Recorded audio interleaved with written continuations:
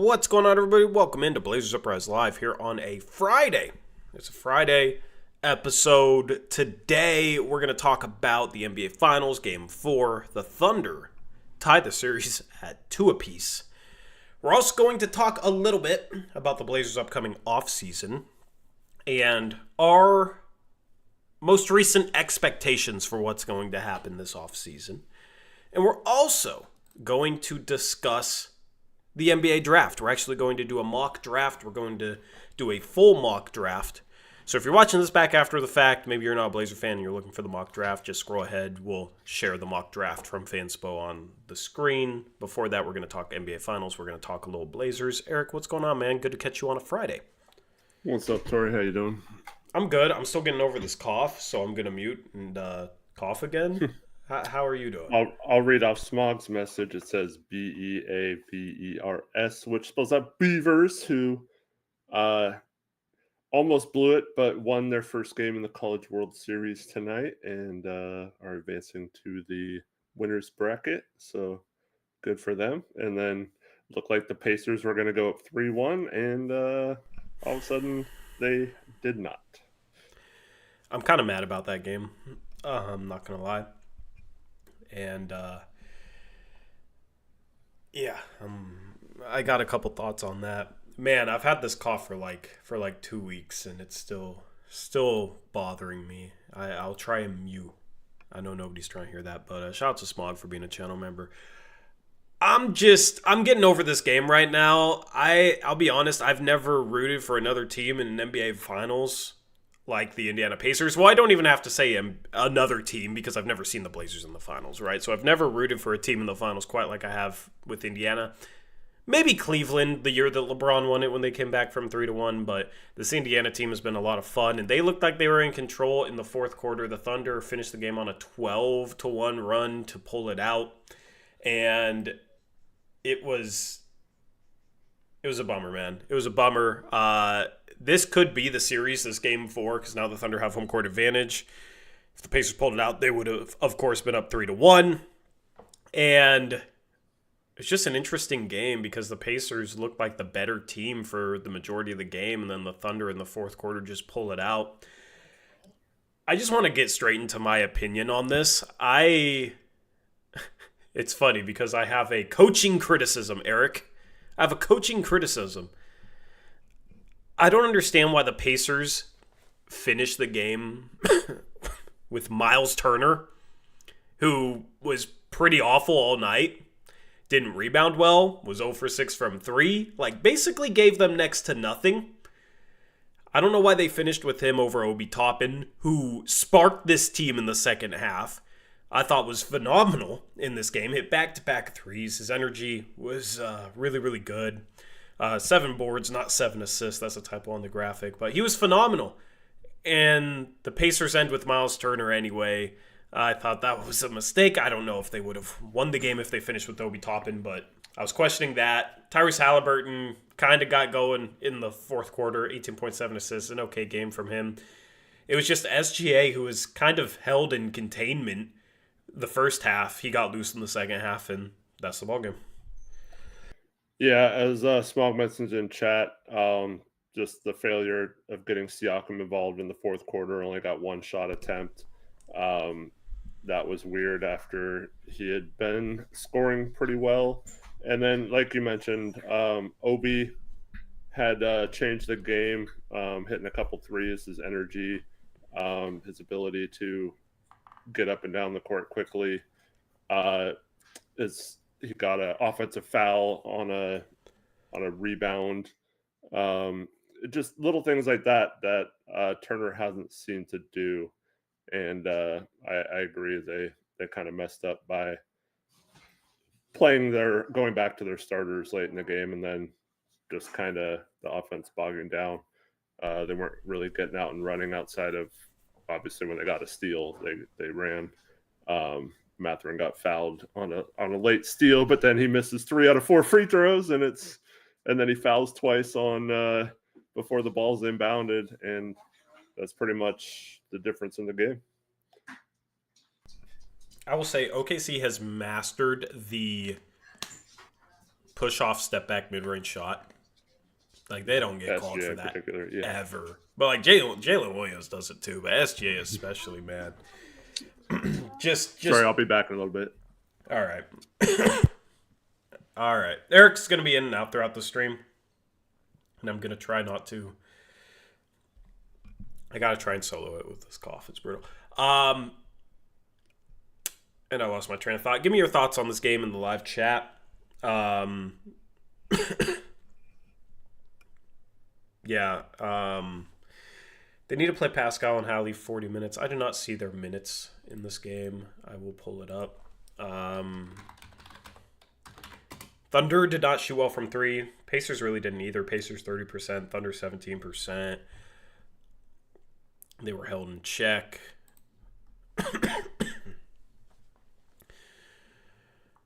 Yeah, SGA 35, Jalen Williams 27, Chet 14. So Halliburton played 36 minutes, and Siakam plays 35. Yeah, they should play a little bit more. I agree with that. Pacers were great from three until late in the fourth, though. They were 37% plus until that. I mean, that's not great for them. We've seen them shoot 45% in various games. Their offense kind of bogged down in the fourth quarter, especially down the stretch. They got kind of ISO heavy, and a lot of it was Halliburton. And Halliburton, he's not the strongest ISO player. He's good playing in the flow, orchestrating the offense. He's not really an ISO scorer, and it felt like they had to rely upon that a little bit too much, and especially against a physical OKC defense. The Pacers don't really have any like elite isolation players. They function well when they're moving the ball, cutting, playing in transition, playing off of each other, right? Their offense is kind of the blueprint for the Blazers' offense long term, with hopefully Scoot Henderson being the Tyrese Halliburton, if the Blazers will let him. Adam Smith, I've tried all sorts of stuff. It just hasn't worked. But yeah, they got kind of bogged down late, and their offense wilted away. They, like I said, ended on a 12-1 run, the Thunder did. The Pacers, in the last 4 minutes, scored 5 points. And you expect a lot more from a terrific Pacers offense. Only 17 points in the fourth quarter for them. They got outscored by 14. It's pretty brutal. Eric gone, yeah, he's going to be in and out, so he's gonna have to type in the chat when he's back so I can let him back in. But yeah, it's a Friday night. Apologies for postponing the stream from last night. I just got busy with work right around when we normally go live, so I had to postpone it. But just a real loss for the Pacers, man. I really want to see this Pacers team win. The Thunder are going to be a thorn in the side of the Blazers and the Western Conference and probably the entire NBA for the next decade or so. They're set up really, really well, and they really answered the call in this game. It looked like the Pacers had them there at one point in the second half, and the Thunder responded. So the series goes back to OKC Game 5. That'll be on Monday. So we'll recap that game with Blazers Uprise Live on Monday. And then Game 6, there will be a Game 6. That'll be next Thursday. Of course, we'll recap that as well with our Thursday edition of Blazers Uprise Live. And then potentially a Game 7. I do think the series goes 7. I do think there will be a Game 7. That'll be next Sunday, the 22nd. So that'll be 3 days before the draft, which is crazy how close the draft in the end of the finals can be in the NBA. Alex says, are you guys doing all 60 picks tonight in your mock draft? 58 picks. Or 59? I don't know. What. There's a forfeited pick. So, yeah, but every pick for sure. Anyway. Sorry, excuse me. This cough is brutal. If you guys got any thoughts or questions on this series, I'll answer them. I do kind of want to wait for Eric to get back before I jump into our next topic.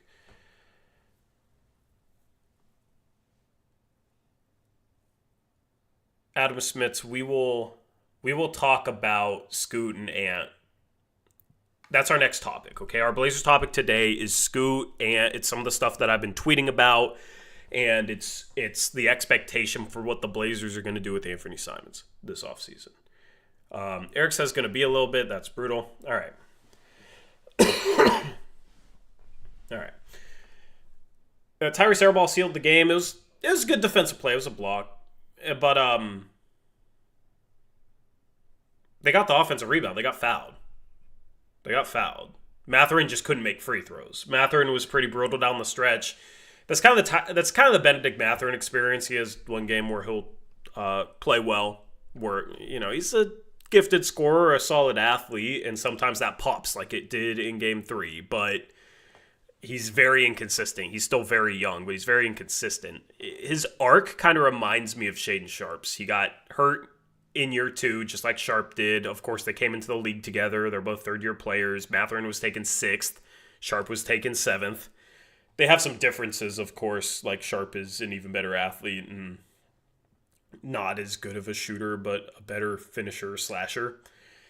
But kind of their arc is a bit similar to me, and it's interesting to see Mathurin on this stage, the way he has a great Game 3 and then completely disappears, because that's what we always talk about with Shaedon Sharp, is he'll have a great game and then he'll have a game where he'll kind of disappear. And it's been a frustration with Sharp. So hopefully Sharp can get past that in year 4.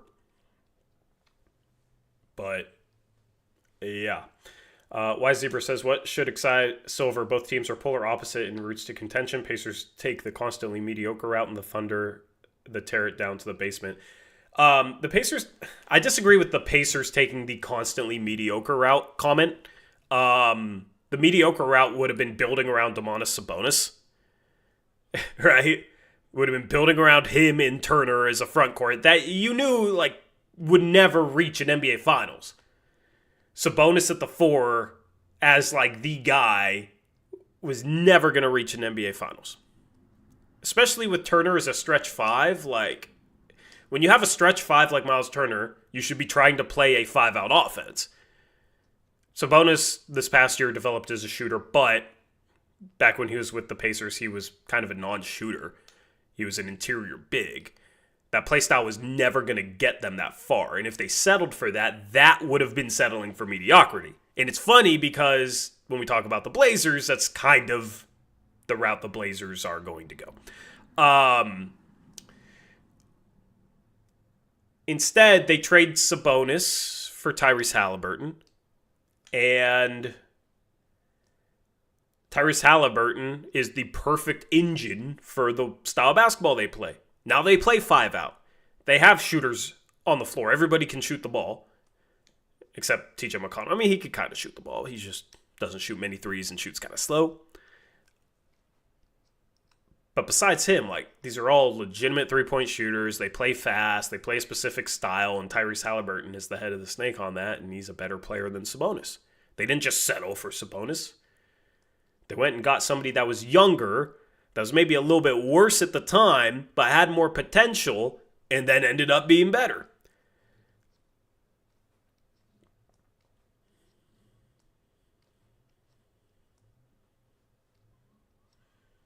Fun Piece says Scoot was better shooting the 3 this year, but they were catch and shoot and not creation. That's not true. Scoot was better off the dribble.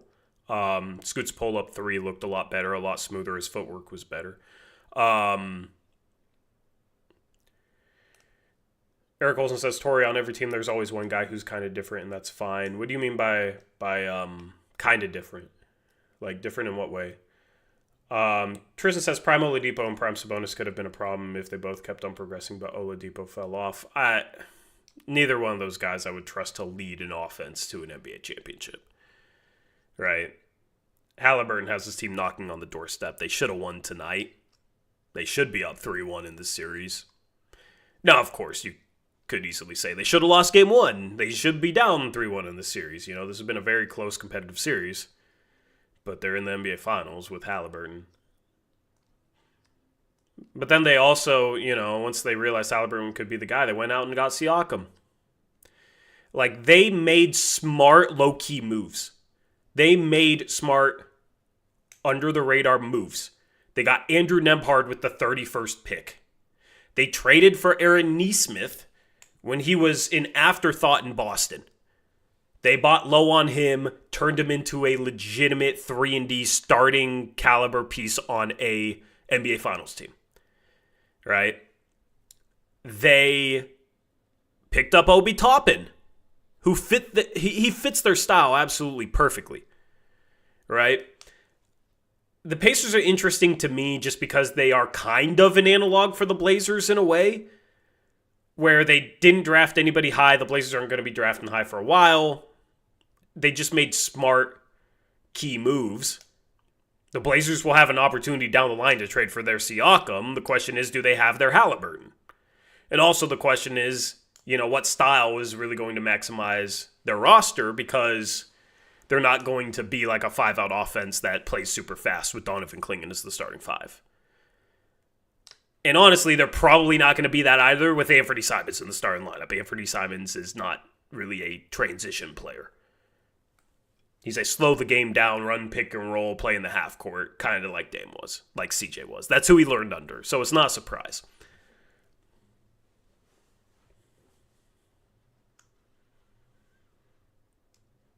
But they got TJ McConnell too. Drafted Ben Shepherd at the end of the first round. He's given them some solid minutes. I mean, even their Thomas Bryant pickup mid-season has paid dividends. That's why they are where they are. They made a bunch of smart under-the-radar moves. I mean, the Blazers, I want to compare to that in a second. But there's a comment, people were clowning the Pacers for paying Bruce Brown as much as he did. If I recall correctly, it was a 2-year contract with the second year being a team option that they could get out of, and it was $23 million when they had that much in cap space, so it was might as well just spend it on a player. And then they used that to match Siakam. Because you can trade out $23 million for $30 million, but if you only have $23 million in cap space, you can't take back that $30 million in cap space, right? So instead, they turned that cap space into a player that they could then trade for even more salary. So it was a shrewd move in terms of using cap space that they had anyway. There was no downside to it, and with a 1-year contract, they could have got off of him anyway and used him as a piece. It was, smart moves like that. That's an under-the-radar move.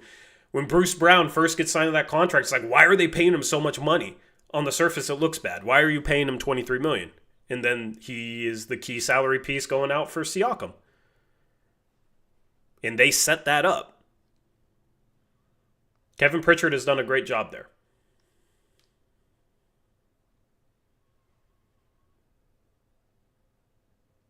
Kevin Pritchard has done a phenomenal job there. Short point guards without crazy athleticism or liabilities. Oh, damn. Steph Curry's a liability, man. Steph Curry's a liability, I guess. We got some crazy comments in the chat today. Shout out to the live chat.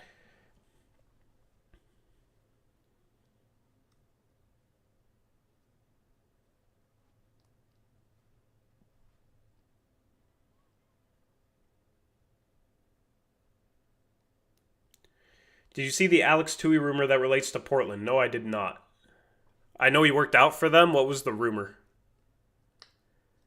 I mean, there's no way they draft him at 11. He's a second-round prospect.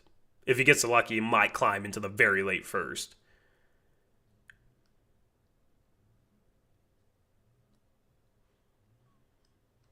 Jalen Brunson's a liability. Yeah, Jalen Brunson is such a liability, man.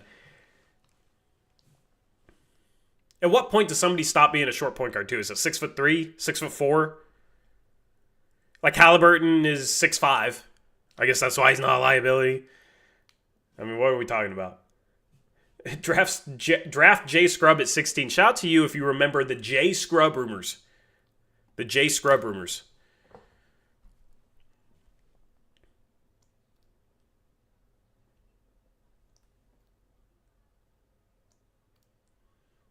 Mount Hood says Steph can shoot the best anyone has ever. Oh, he can shoot? He can.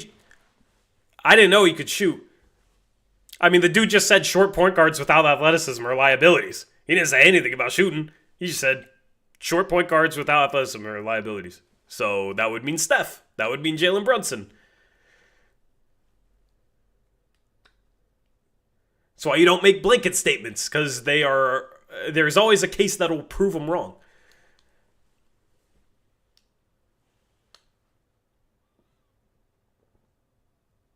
Didn't we trade that pick for Roko? I lost my train of thought there. The 16th pick? Yeah. The pick that was supposed to be Jay Scrubb, and then we passed on him in the second round for, I think it was CJ Ellaby, which was funny. All the Jay Scrubb rumors, we might take him with our first round pick, and then we don't even take him with the second. That was fun. That was fun. Right now, all the buzz is Yegor. We're going to talk about every pick when we do this mock draft. We're going to talk about the rumors, what this team is supposedly trying to do. And we'll probably just, instead of going every other like we normally do, I'll probably just collaborate with Eric and take who we think is going to make the most sense. Tristan says, I saw a post by the Blazers about Queen today. I swear to God, if they draft Queen and go into next year with 4 big men, honestly, though, wouldn't be shocked with this front office. So the Blazers are reportedly having private workouts. I don't understand the point of private workouts, to be honest with you. And what's funny is, like, we hear about private workouts. I don't understand the point of private workouts because we literally hear about it. And people say, oh, well, they just want to keep their cards close to their chest. Okay, but how does that work if we are literally hearing about it, right?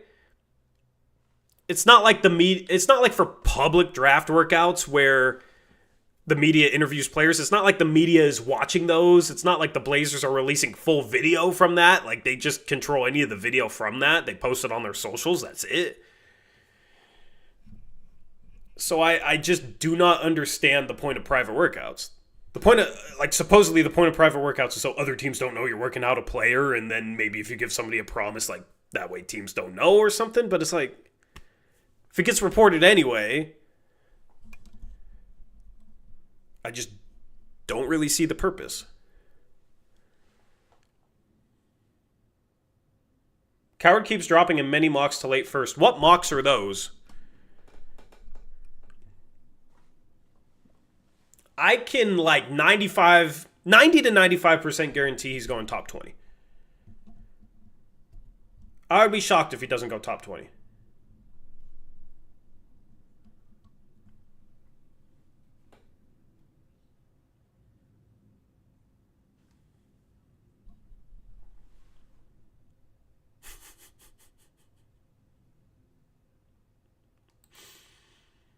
Eric, I'm still laughing.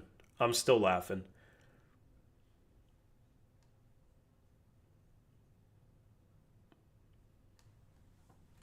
I mean, hearing about private workouts is not hard anyway. Like, last year I heard about private workouts before it was publicly leaked. It's not like an accomplishment to even hear about this stuff, to be honest with you. Like, it's almost just like, yeah, they have private workouts just so it can get leaked by someone. So that local media can report something and break some news. I don't understand. Anyway, Landon says, my explanation of the two-way thing is up there if you want to know what it was. All right, let me scroll up in the chat.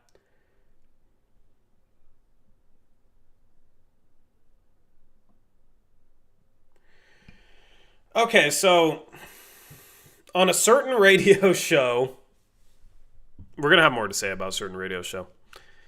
Once Eric, is there an ETA for your return? Feel kind of weird having an empty box next to me. On a certain radio show, they talked about the workout being weird because he's a late first prospect and everyone else was a late second round prospect, and a certain radio host said he had heard Portland was a lot higher on him than most teams. He's not a late first prospect.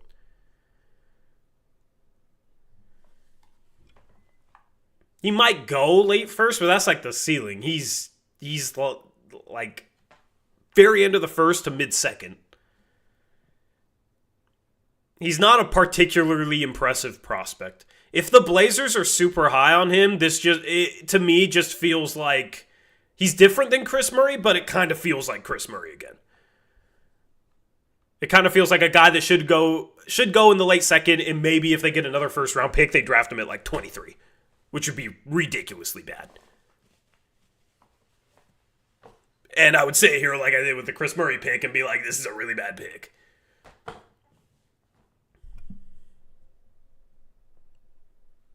Landon says they had Murray and Rupert in the lottery. Just saying, yeah, they had Murray and Rupert. They drafted both of them ahead of Tumani, and then Tumani was so good in Summer League. They're like, oh man, this guy's actually pretty good. Let's get him in the Dame trade, which props to them for actually getting him out of the Dame trade. That kind of saved the Dame trade somewhat, right?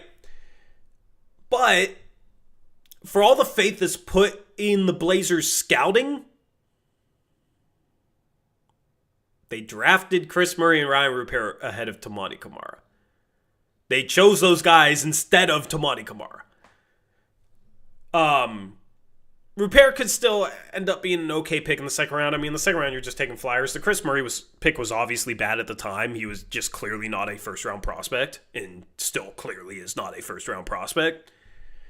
Everybody else they drafted was like Scoot Henderson's consensus at 3, and then Klingen's like their guy and falls to 7, and they luck out. They don't have to make a hard pick, right? I guess Sharp is maybe the one guy they took a chance on, but it's not even like Sharp has proven dividends. There hasn't been one pick from this Mike Schmitz-led scouting department that has been impressive yet.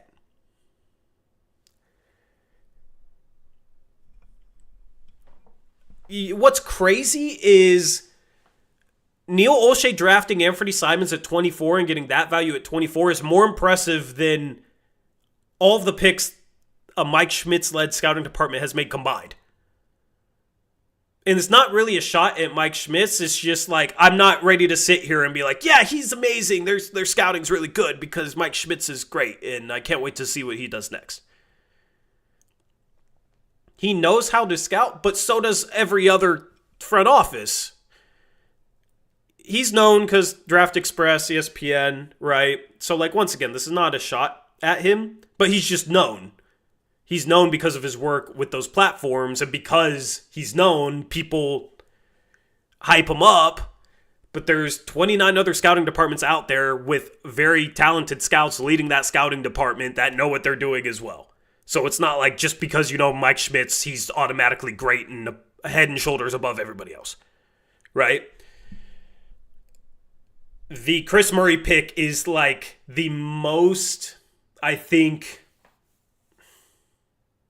the most judgeable pick out of all the picks they've made in terms of like where they were drafting and how difficult of a selection it was. With it still being high enough to like be something that you should rely upon, at least turning into a very solid role player on a good team. I mean, Anthony Simons was taken 24th. Gary Trent Jr. was taken 37th in that same draft, by the way, by the Blazers as well.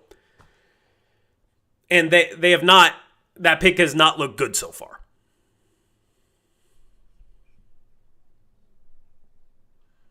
Find me a podcast or a statement of any expert saying Ant's not the best trailblazer on this team. You can't. Denny Avdia is a much better player than Anthony Simons. There. You heard it. Here's a podcast that'll say it.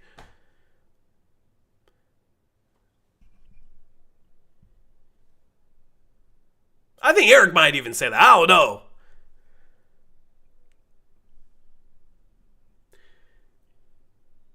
As long as it's 2025 and we still think he's our best player. Do people forget the first half of last season from Ant? You're not close to an expert, you're a dude. I mean, I got a pretty decent track record. Better track record than you. Who's an expert then? Who's an expert? What is an expert to you? Stephen A. Smith an expert to you?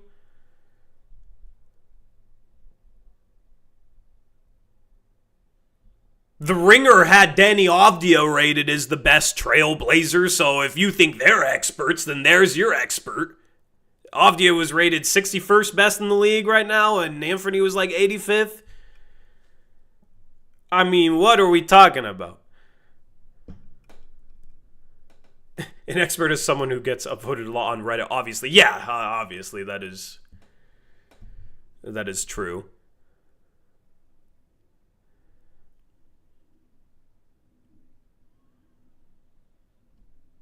Thank you, Mount Hood. Appreciate you. I mean, people were saying I was crazy for having Denny Avdia as a better player than Jeremy Grant after we traded for him last offseason. People thought that was debatable. Some people thought I was crazy for saying that. Some people thought I was crazy for saying the Blazers needed to trade Jeremy Grant as soon as possible because they told me the Blazers could wait. And then all of a sudden he loses a bunch of value. I mean, anyway, let me make a full screen webcam cuz this is bothering me.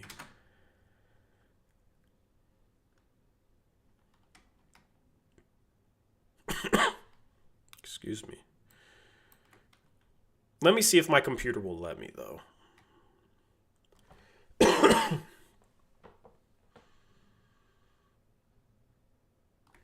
Anyway. The funny thing is like, going back to the Denny thing and the way I was hyping him up last summer. It's the best move Cronin's made, and I gave him his props for it at the time. I said on the day they made the trade that it was a great trade. Eric says Denny is definitely better than Ant, but I wouldn't say much better. At least we got it better. That's good enough for me. That is good enough for both of me. Both versions of me on the screen right now.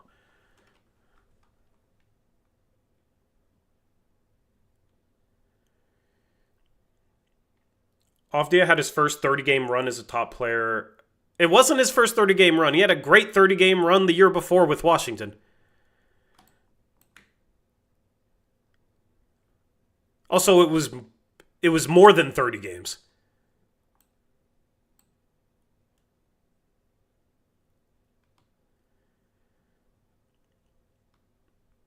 It was like half the season. It was as good of a scoring run as like Anthony Simons has ever had, but then he's also a better rebounder, much better defender,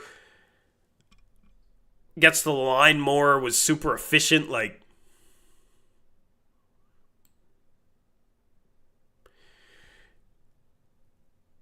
all right, here we go. Let's get this.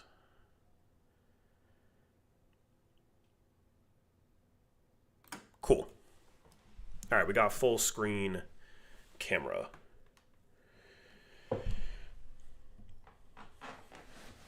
Anyway, okay. Time to have this conversation. I like the double Tories bringing back. Yeah, I'm just trying to show off the shirt, man. AI Eric is co-host. Yeah, one day. One day I'll just replace Eric with AI and you guys won't know.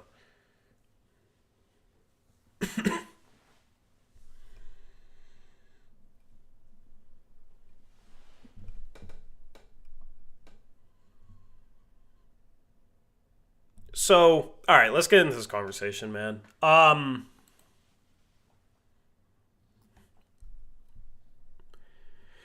the sounds of things, how do I start this? I'll just start with this. I'm going to be very critical. I'm going to be very critical in this conversation. Very critical.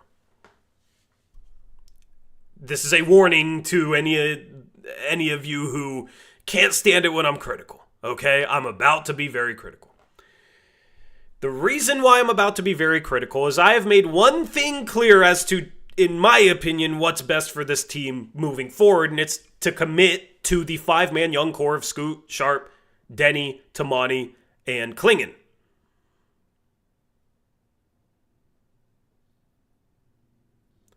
Eric, I'm going to have a conversation about the extension. No need to get snarky in chat. Join the stream if you want to get snarky.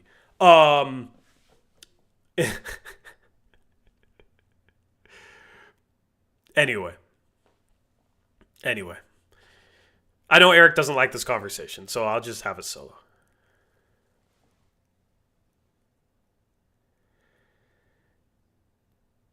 You pretend Ant isn't a kid. He's not a kid. He's been in the league like 7 years. He's been in the league longer than this channel has existed. Okay, like, we gotta stop acting like Ant's a baby. If you want to say he's young, okay, sure, but he hasn't improved the last, 3 years. He has not improved, okay? So, basically, we're at the point where it sounds like it's far more likely the Blazers extend Anthony Simons than trade him. And we've been saying this for a while. This isn't really anything new. We've been expecting the Blazers to keep DeAndre Ayton, to keep Anthony Simons, and to be completely unable to trade Jeremy Grant for anything. Right? The status quo is to be expected this offseason. And then we hear that Chauncey Billups says if Diaz is on this team, he's automatically the starter. And it's like, yeah, they still like DA a little bit too much, even though they drafted Donovan Clingan. So who knows how they handled DA. Hopefully this is his last year on the team. But it really does sound like they're more likely to give Anthony Simons an extension. And I was saying this before we heard a particular show. A particular show bring up the legitimate possibility that Anthony Simons could get paid an extension in the ballpark of $32 to $35 million a year. Unfortunately,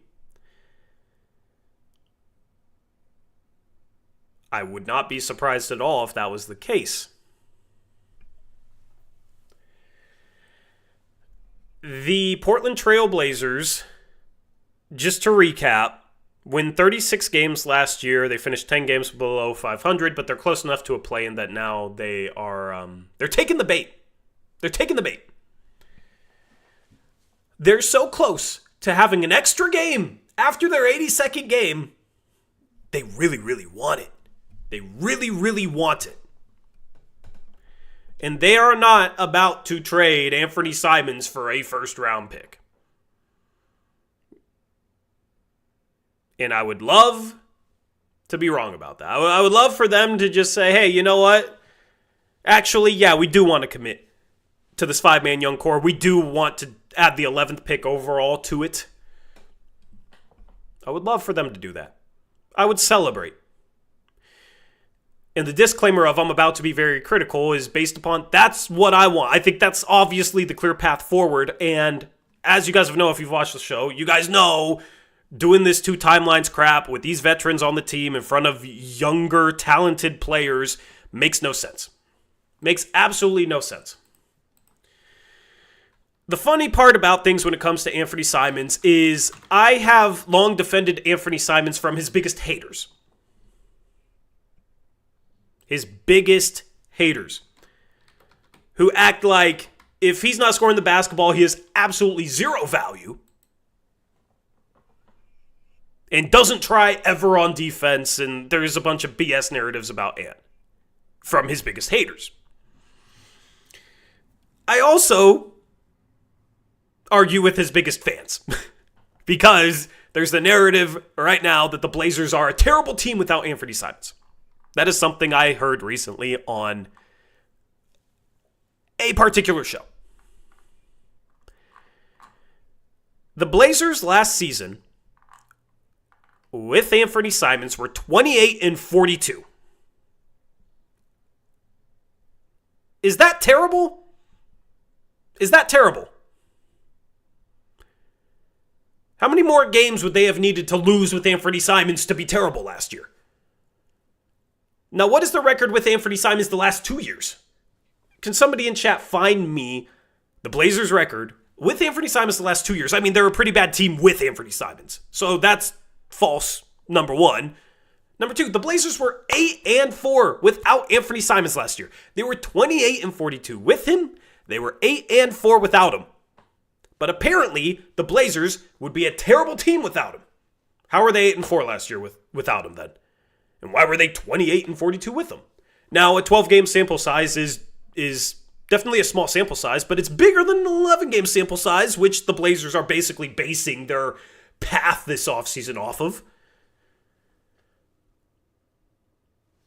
Take out their 10 wins in 11 games, and last year the Blazers were 26-45.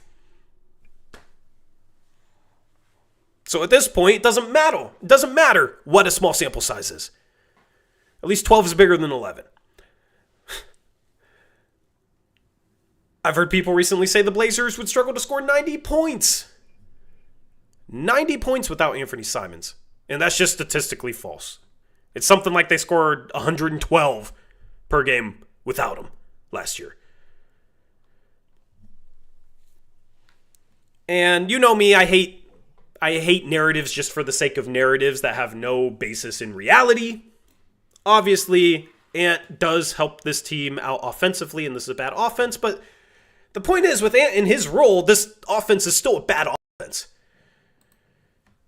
He's not having 70-point games like Dame did. He's not having 60-point games when Dame did, like Dame did with an awful roster. There's still seemingly some people out there that think Anthony Simons can be a star or deserves $35 million a year. And it just makes no sense to me. Some people blame his situation for why he's not able to ascend to stardom or be a high level, 23, 24 point per game guy just because he has so much attention he has to deal with. Well, guess what? Every other star has a bunch of attention they got to deal with. And when they play with bad teammates, they still play like a star. They still play at that level. It's never, they just can't play at this level because their team isn't good enough. When Dame had just as bad of a roster on the floor as Anthony Simons has had, he often elevated his game and would go off, would have huge scoring nights, would have insane performances, would put the team on his back consistently. Ant has not been able to do that. Ant tried to put the team on his back to start last year, put too much pressure on himself to be the guy, to be the next Dame at the start of last season, and really, really struggled. Really, really struggled with that. He had a hot stretch later in the season where he was barely passing the ball, and he was scoring the ball, but it wasn't like he was making his teammates better. Dame would have 50-point games. He'd also have 8 assists in those games with terrible teammates. That's what a superstar is. At the end of the day, I'm going to echo Adam Smith's comment in chat. Ant is good, not great.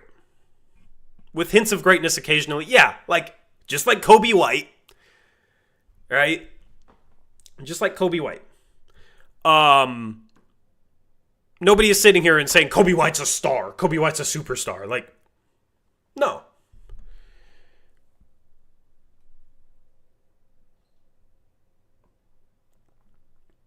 Ant is who he is. He is in too big of a role, in my opinion, on this team.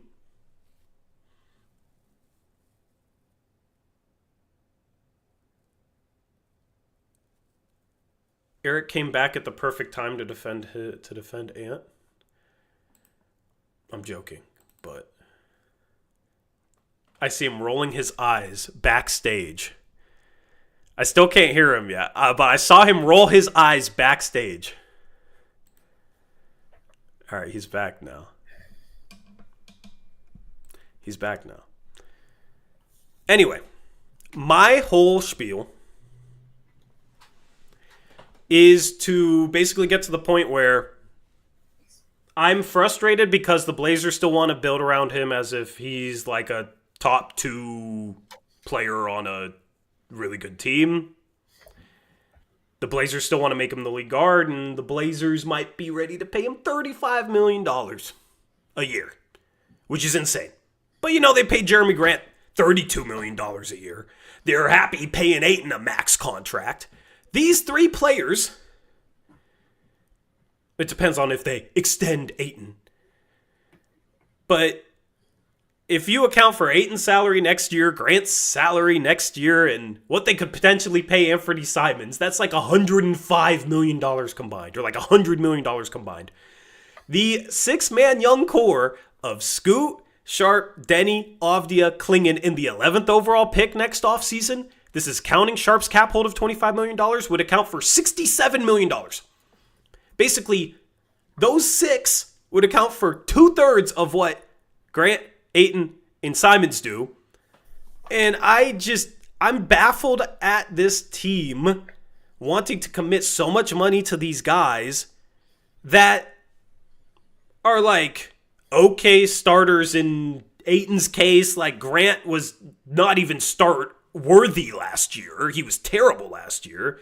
And Ant's like a solid starter. Solid to good starter. He kind of needs to be in the right situation to really like maximize his value to a team winning games. Like in Orlando, I think he'd be perfect. And they want to pay these guys $32 to $35 million when they could have a ton of cap flexibility next year. Because like I said, $67 million combined for those six players, the 5-man young core and whoever they draft. It's a $170 million cap next year. They could have $90 million of cap space to build on top of that, to accumulate assets. Teams are going to be struggling with the hard caps at the first and second tax aprons. They're going to want to shed salary. The Blazers could get players just as good as Anthony Simons for free. Maybe even with a pick attached if it's a $35 million contract and a team is struggling to get under the apron or really needs flexibility because of the new CBA. The Blazers could be in a perfect position next offseason to really catapult their rebuild. They could try and get assets for these vets, or maybe they should have gotten assets earlier in Jeremy Grant's case. And instead, it sounds like they're going to keep it going with the mediocrity and just basically run it back next year and extend Ant and continue to start him over Scoot. I don't know, maybe over Sharp. I don't know what they're doing. Anyway, Eric, I want your thoughts. Slight correction: the Blazers will have to pay Tamani and Sharp next summer. So Sharp will have a $25 million cap hold if he hits restricted free agency, which I think is a possibility. They won't let him go, but yeah, I think this is a prove it year. And then Tamani, if they like decline his option to make him a restricted free agent, I don't know exactly what his cap hold would be, but this was assuming he could be under contract going into the following season technically. So if we can split hairs between like $75 million and $95 million cap space, it's still probably more cap space than any team in the league. The cap hold is inconsequential compared to what their contract is, though, because the Blazers won't be acting as a team over the tax to like sign these guys, and then if that makes sense, over the tax, because they're not going to use up all their cap space with a low cap hold on like Tamani and then go way into the tax to sign Tamani, even though they could do that. You mean over the cap? You're saying over the tax? I'm confused. I'm just saying, like, they're not going to use cap space.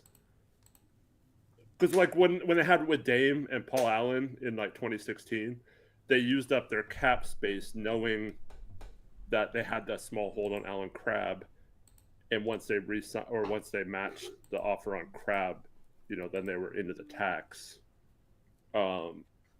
And we're going to be in the tax for years. The Blazers have been much more conscientious about the money long term that they add. So I'm just saying, like, you're correct with everything you're saying. It's just the Blazers will look at it from whatever their number is on their cap equations, if that makes sense. I'm just confused because, like, even if they used up all their cap space and then re-signed Kamara, it wouldn't put them into the tax.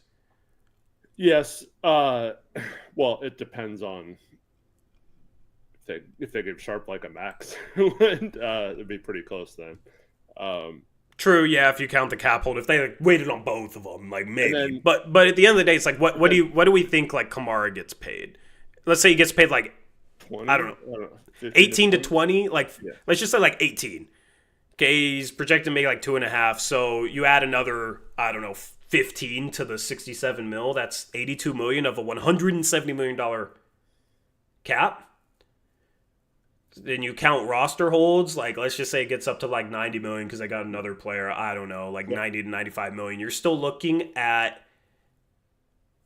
75 to 80 million dollars cap space. And you already would have 6 key players entrenched with a good young core. Yeah. No, I completely agree with what you're saying, but I'm saying like the Blazers will then think, okay, then next year we're adding a Scoot extension, and then the year after that we're adding a Denny, who's probably going to make closer to a max than his steal of a contract right now. So they've been very, going back to the last couple of years with Dame, every one of their moves has been about not making sure they have long-term money locked up. Now, will they build it different this way? Like, I think it depends on how successful they are this year. Maybe if this team does make the playoffs and is showing growth, especially the young guys, maybe they would be willing to pay more. And then it's all going to depend on the new owner too at that point, because you would assume 2 years down the road we'd have a new owner. So maybe this is all a moot point. But as of right now, they've been very conscientious about not adding too much long-term salary, whatever they do. Yeah. I have a serious problem with the thought of an extension for that type of money. Because to me, that would be basically them long-term choosing him over Scoot. Like now. Like they say they give him an extension this offseason. That means they don't even want to see year 3 Scoot before choosing to pay Ant that much money. Which I think is ridiculous. Yeah, dude. In my opinion, 35 that's too much. If he signed an extension about what his contract is now, I mean it's still a lot of money, but I think he's still tradable. Like, because you're not getting a lot for him anyway. I think those teams that would want him would still want him on an extension. It might even, it would prevent him from being traded for 6 months, but I think it might actually, maybe it's a case where he's more tradable if he's locked up for multiple years, assuming he doesn't have the rough start he had last year. Yeah. If it's similar money on an extension, then it's not like his trade value's going to get worse, I guess. Unless it's a 5-year contract, because apparently $18 million for 5 years for Norman Powell just like made it the worst contract ever. Yeah. Right? So like 27 for Ant. I mean, Norman Powell's a better player right now than Anthony Simons. At least last year he was a better player than Anthony Simons. So it's just funny to think about that, number one. But number two, it's just like an extension doesn't feel like, okay, yeah, we're extending him, and then like, yeah, we're down to trade him long term. It just feels like it feels like they're just married to Anthony Simons. It feels like they just view him as like such a big piece of this core, like a top 2 to 3 guy on this core, and I am not really sold on that. He can score the ball. He has flashes of playmaking, but when he had his best scoring moments last year, his playmaking fell off. Like for others, he was missing reads that normally he'd make. Like last year, the only time he scored the ball consistently well for like a 10-game stretch last year, he was freezing people out. He was not making reads, and he was hitting some tough shots, but it's like you're not going to consistently hit tough shots like beyond the hot stretch if you're taking such tough looks. And especially as they like try and build their identity of we're going to play fast and we're going to be a gritty defensive team that locks up on that side of the ball, I just feel like Ant isn't really a great fit for that. He's been kind of a half-court player. I felt like he struggled last year when he tried to push and transition, when he tried to play fast, and I don't even like blame him. He came up with Terry Stotts in a half-court offense under Damian Lillard and CJ McCollum, who just played in the half court. Like, Dame didn't play much in transition. CJ didn't play much in transition. They wanted to set things up in the half court. And Ant learned under those guys, and Ant's kind of the same way. So if you're trying to build that identity, if we're going to play fast, we're going to be quick, you can't have, like, your lead guard just want to walk the ball up all the time and struggles to play fast. You look, like, I'm thinking about this while I'm watching Indiana in the finals.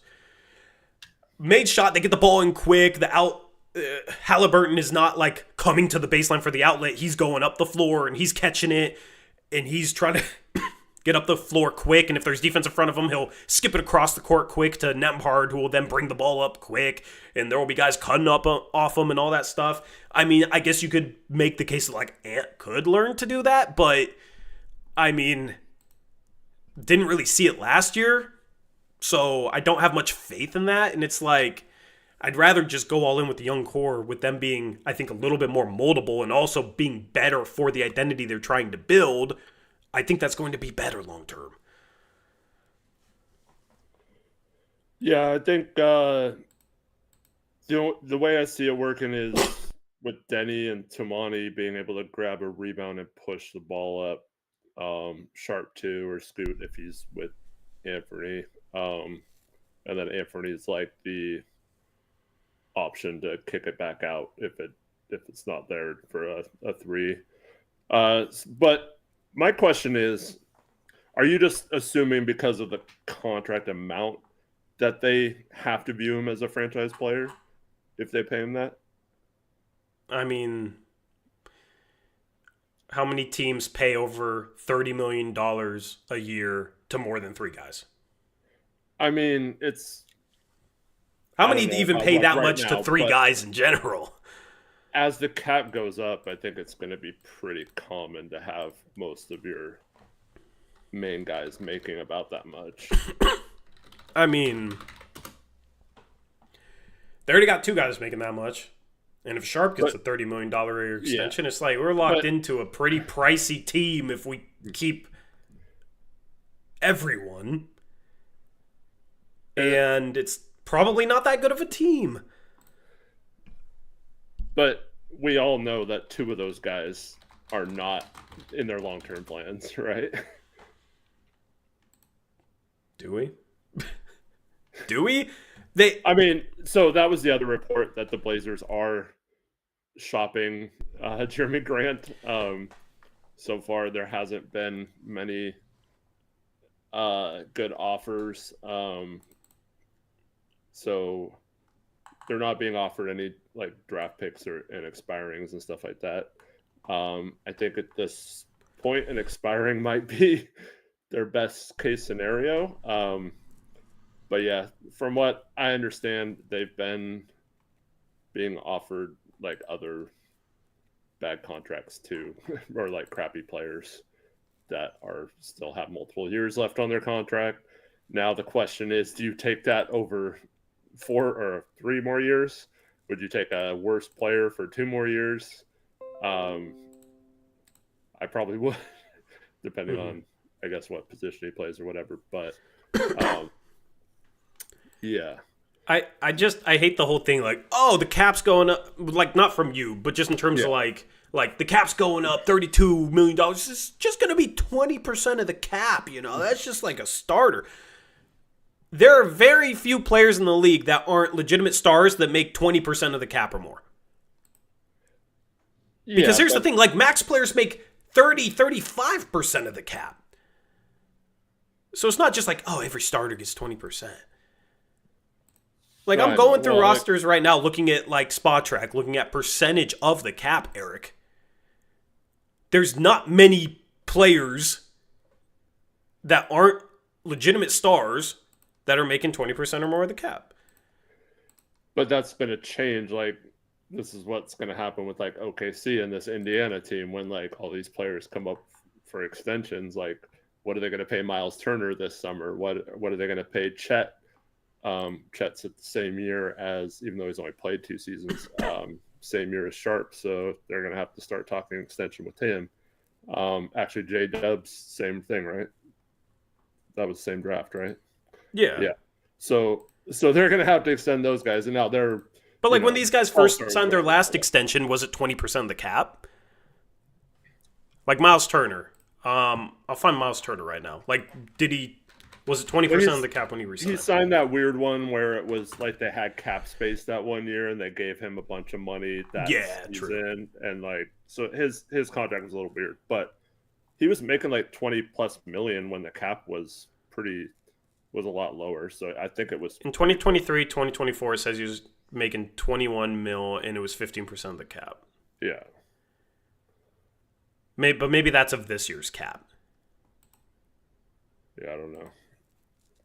I don't know. I mean, that sounds about right. Yeah. Yeah, like I feel like it's fine because it's 20% of the cap to pay somebody like Anthony Simons that much money. It's just like trying to find a way to justify it. Yeah. And that's the problem I have with like some of the reporting from a particular show on this is you know what I mean? Like he definitely has a bias for him. And Well, see, yeah. that's that guy's obviously. I mean, you could throw me in this boat too. Like we like Simon, so like it's I will like, never throw you in a boat together. all right, thank you. But like, the thing is, it's just that's just his thoughts, and now you might say they're slanted because of who he talks to or whatever. But like, I don't think it has to be. Oh, they're giving him an extension. They must think he's their best player, and they have to build their team around him. I think their line of thinking is more in line of they're trying to keep as many good players as possible, and we can argue over that. I'm just saying, like, it doesn't. I'm ready to. I'm just saying, like, I don't necessarily think their line of thinking is we're going to give Anthony this extension because he's our best player and we're going to build around him. I think they're looking at it as we have this core, and like we're going to argue over who the core should be, but But their line of thinking is just keep the talent there. yeah, but it's not enough talent to have that mindset. Like you're paying Grant 20% of the cap. You're paying Ayton 20% of the cap. You're going to pay Ant 20% of the cap, and it's like those three players. If that's that's not their long-term core, obviously, but like those are your three highest players. That's like one of the worst big threes in the entire league, right? Like top three paid players in the entire league. It might be the worst, just in terms of the collection of guys that you're paying that much money to, right? So it's like, why do you want to be in a position where you're stuck paying like $70 million a year, $65 to $70 million a year for Jeremy Grant and Anthony Simons? They're not good enough. They're just not good enough. Like, your young core is talented.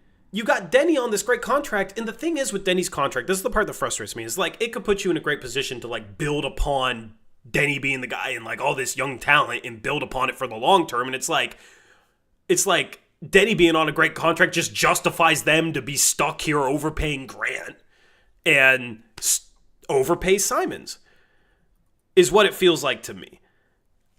And it just feels like they're wasting the opportunity that they could have from the flexibility of this young core being on rookie contracts or great contract in Denny's position. And that's frustrating to me. Yeah. I mean, let's just put it out there. The Jeremy Grant thing was obviously a mistake. And if you gave them a chance to undo it right now, they definitely would, so. Are they about to make that same mistake again, though, and not learn from it? But I don't like lumping Anthony and Jeremy together. No, Ant's better. For you sure. keep saying like, oh, these two make 67, but there's a case of one person who the Blazers don't necessarily want moving forward as part of the core, and one person who they do. So I like, mean, they seem to want Jeremy Grant when they re-signed him. They didn't re-sign him on a contract that was easy to trade, and then they didn't trade him last offseason when they could have gotten value for him. So, like, yeah, they wanted him until he sucked, and now it's like, oh, now that he's a negative contract, now we don't want him. yeah. Like, okay, of course, because, yeah, he's a negative contract. Guess what? Nobody else wants him, so you screwed yourself. I mean, Anthony's what, only a year older than Denny and Tamani? Yeah, I don't expect him to have a fall-off, but, like, nobody expected saying, Jeremy to have a fall-off either, and you No, could I make a agree. case that they were similar caliber players just a year ago, so... And once again, I'm arguing from like their perspective. I think they see Ant in that group with Tamani and Denny as being similar age, whereas Jeremy's 3 or 4 years older than those guys. So like they see him as, I mean, not necessarily a vet because you're paying him way too much money and he didn't play well. So, but I do know that it doesn't look like they're going to move Ayton. And with the idea that this money comes off the books, and that's probably going to be more valuable to them than, anything they got back for him in a trade. So they are thinking of at least Ayton's contract that way. Now, if they could just turn Jeremy into the same situation with an expiring, I think that would maybe clear up some of this stuff that we're worried about. But I mean, like you said, if they give him $35 million, it still puts them in a spot where they're probably not a good enough cap situation. But I mean, let's face it, that's been our biggest criticism of Cronin, is in this retooling or rebuild or whatever you want to call it, he has not done a good job of setting the Blazers up to maximize cap space for a team that's bad and was tanking for the better parts of 4 seasons. So that's just not something this front office has done a good job of since they've taken over. When it comes to Blazers, I try and like view it like an outsider would view it. Or let's say if this was another team, right? Because we'll talk about every team in terms of how they build rosters and roster construction. Like if it was another team and they drafted somebody like Scoot 3rd overall and he improved a lot in year 2 and has a lot of upside, and then like this offseason they had a guy who averaged 19 and almost 5 assists on like okay efficiency but is a bad defender and is like a kind of a combo guard that's the point guard ahead of a guy like Scoot, and then they re-signed him to that type of contract, I feel like we would roast him, Eric. Like, I feel like that's like clearly not the thing to do. I get it for like retaining talent, but it's just like if they extend him, it's like, so they either couldn't trade him without an extension, which still doesn't bode well for trading him in the future, or they didn't want to trade him and they're just extending him because they want him a part of their core. And if they truly do, that means that they are automatically going forward with Anthony Simons, and then they are basically automatically only choosing one of Scoot or Sharp because you don't pay $35 million a year to a guard that you're then going to bring off the bench. So it's like if they do view him as a long-term piece of the core right now, then they're already in the mindset of one of Scoot or Sharp is like a long-term 6th man or getting traded. And I think with them being in the position they're in, they should be thinking long-term because it's still going to take some work to build this roster into a contender, and they shouldn't be putting themselves in a position where it can only be one of those two guys. So you either have to hope that it's like, if they view Ant as a part of a core long-term right now, you have to hope that somehow Scoot and Sharp blow them away enough that they completely change their mind. But I would just wish they were like more open to that and willing to give both those guys a chance to start and develop together in the backcourt compared to just like, yeah, Ant's going to get a ton of money, Ant's going to play a ton of minutes, and that's, definitely one of the two starting guard spots. Yep, that just doesn't appear to be their mindset. Like, it's sad that I would be less surprised if they traded Scoot this summer. Like, Yeah. I don't think they will, but I mean, this is where it gets tough because I don't think they can trade Sharp with how beloved he is by most of the fan base, right? Do you agree with that? like sometimes I think they could do anything, and the fan base is gonna find a way to apply. Well, that's true. Also, that's a good point. But I think if they traded Sharp, right, I think that would make a lot of people upset. I think out of anyone they could trade, maybe Denny, maybe Tamani, obviously, but those guys aren't getting traded.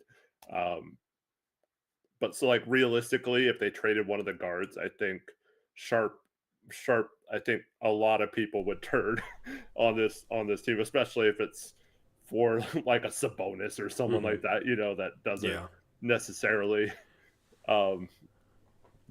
get us over the hump.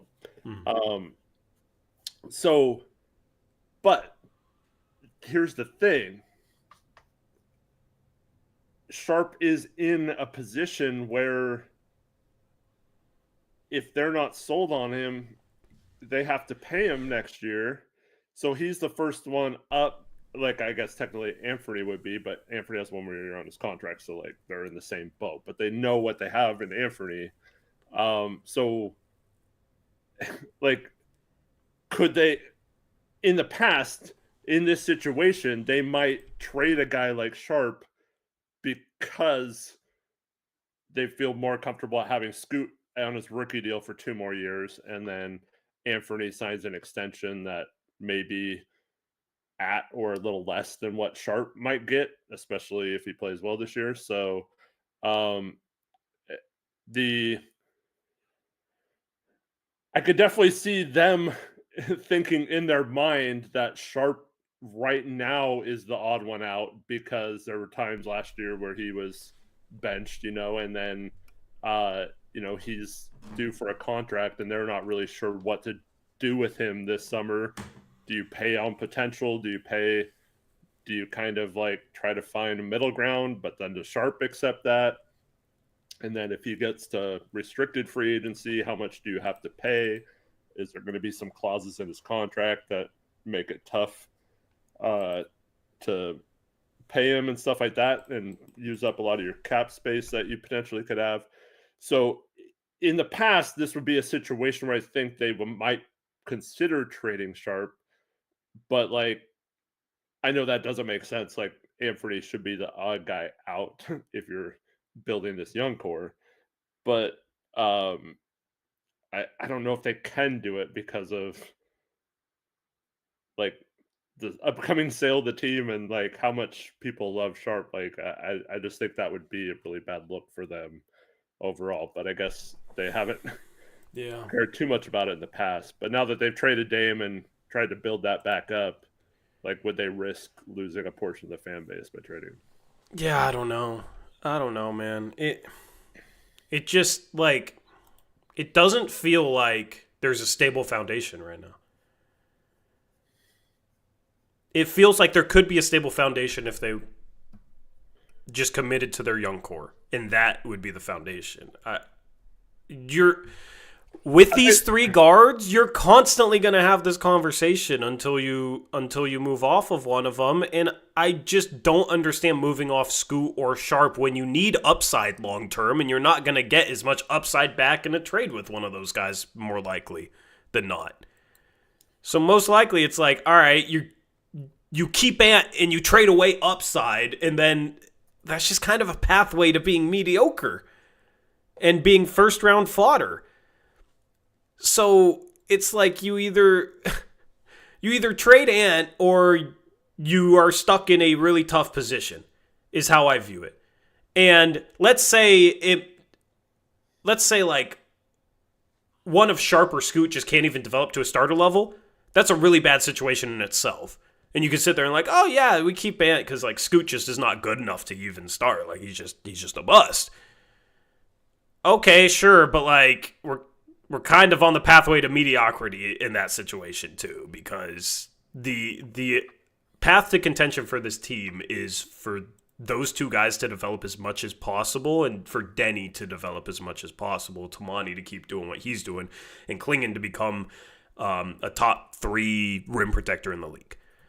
That's the pathway for that team to contend. So if Scoot doesn't become that guy, or if they just don't even, or if they just get rid of one or Scoot or Sharp, I just feel like they're getting themselves stuck in a box of mediocrity and without enough upside to get out of it, unless Milwaukee finds a way to be like the worst team in the league for the 3 years we have their picks, and that's their lifeline. Which would be a lifeline no matter what happens as long as we keep those picks. So what would your answer be to the poll?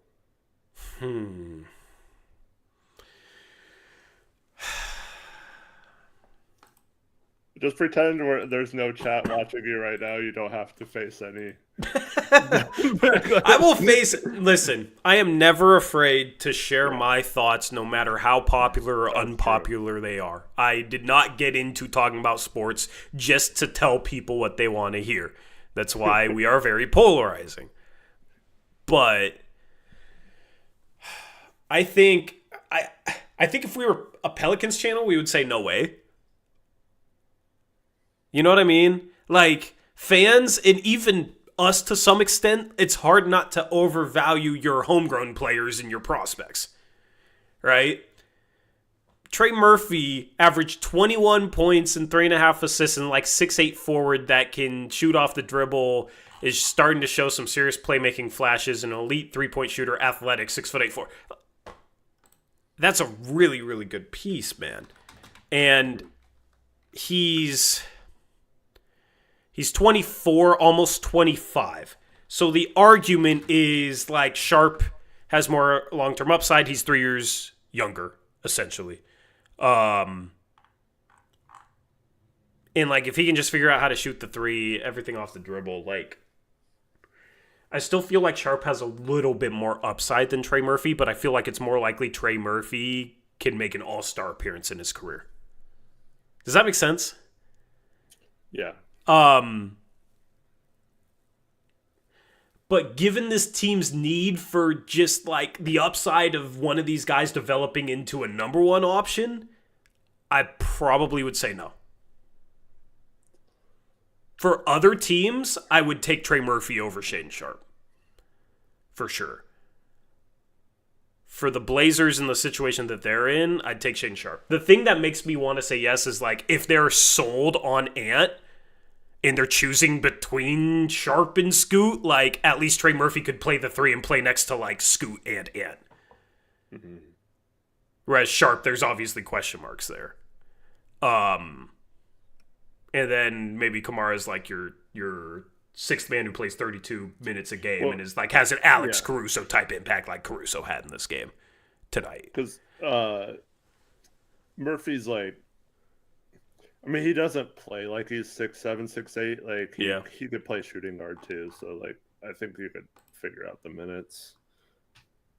But man, because that would be like having it basically be like the Jeremy Grant lineups. Mm-hmm. With Jeremy, Tamani, and Denny starting at the 2, 3, 4, and then, but Trey's obviously, younger and should be better than Jeremy.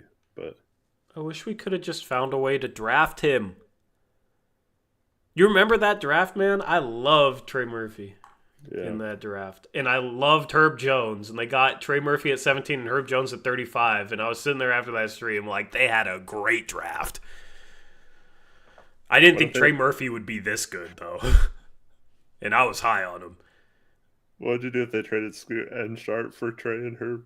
I'd throw up. I'd throw up. Yeah. it does feel like Trey Murphy is the most likely Denny candidate. If you're going to get Trey Murphy, like, it's just going to cost so much. Yeah, because it's not probably just Sharp. They probably don't. Yeah, I mean, but like obviously they didn't trade. The Denny trade was like 2 picks and a player they were trying to get rid of. Yeah. I don't think 2 picks and like Grant is going to work for Trey Murphy, or 2 picks and 8. No. Yeah. It's going to take a lot more. Like, it's going to take a Shaden Sharp, and that's where it's different. Well, yeah, it was said that they were looking for. It was very specific what the Pelicans were looking for, and I forgot who said this, but they're looking for a vet who could contribute in the playoffs, so like a decent vet, a young player with upside, and multiple picks. Yeah. Yeah, like, it's just too much. It's just too much. The Blazers don't really need a forward. The Blazers don't need a guard. I just watching the finals just is getting me more annoyed about what the Blazers are probably going to do this offseason. I'm not going to lie. Because it's like, it's just tough watching these teams that, like, don't have an Anthony Simons archetype player in their rotation.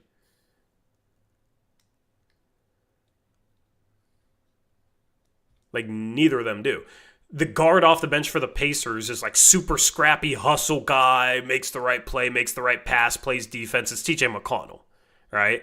And off the bench, who do the Thunder bring off the bench? It's Cason Wallace, really good defender, hustle guy. Alex Caruso, you know what I mean? Like, Pacers have Obi Toppin, who's not like a great defender, but he brings an insane amount of energy off the bench. And then their starting lineup is just like star point guard, like legitimate star point guard creator, and 3-and-D dudes, and like another forward that can score the ball, right? And that's what's worked for those teams. Now, it's not the only way to build a team, of course, but it's just like, I do think the best thing for contending in the next decade is you build out the 5-man lineup: Scoot, Sharp, Denny, Tamani, Klingon. I think that's a clean 5-man lineup. You draft whoever you want to draft 11. Maybe it's upside, maybe it's not. And you get like a scrappy, do-it-all guard behind Scoot and Sharp, like a TJ McConnell type of guy or a Cason Wallace type of guy. And you lean all in on your defense. And you hope that Scoot and Sharp and Denny can develop enough to carry the offense.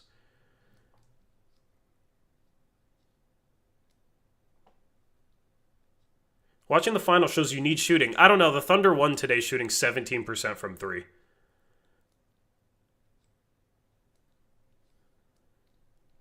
They made 3 threes. So, like, obviously you need shooting, but I don't really think the finals is showing that right now. How did they win tonight? Dude, I don't know. It's a bummer, but at the end of the day, man, I just, like, it's very clear what I want. I saw somebody earlier in the chat say, every time I watch the stream, this guy's complaining. It's like, I make it very clear what I want, and then this organization, more often than not, goes, like, directly against that, so of course I'm not going to like it. But I always provide a reason to what I think is best with this team going forward, and what I want to see the team do. It's like, it's not like I'm choosing to be negative when I say, yeah, they should do this, and then they do the opposite, and I say, I don't like that. It's not like I'm just choosing that. I set the precedent beforehand, man. I set the precedent beforehand, and there's a reason. It's so that you guys can know how I'll react. The 2 moves I love the most was trading for Tamani and trading for Denny. Both of those ended up being great moves. The best 2 moves Joe Cronin has made are the 2 moves I've given him legitimate praise for. Right? Like, I don't think my track record has been off at all in regards to analyzing this front office. But I also don't think it's an inherently negative thing to just want to build around the dude we drafted at 3 who's 21 and improved a lot in year 2 and has a lot of upside. It's just one side of the argument.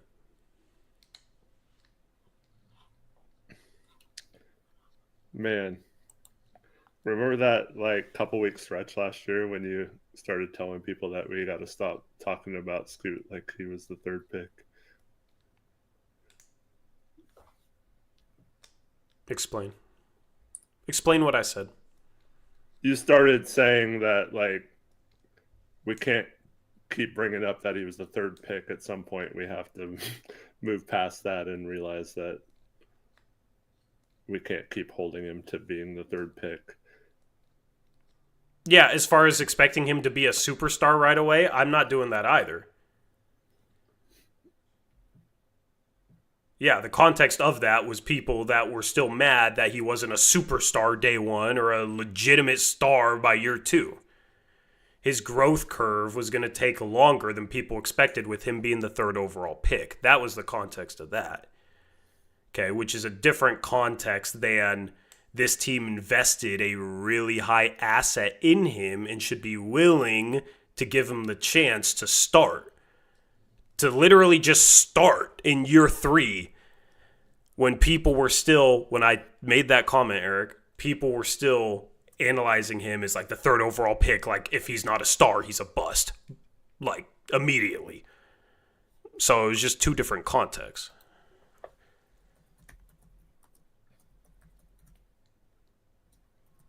Like I just want to give the dude a chance to start in year three.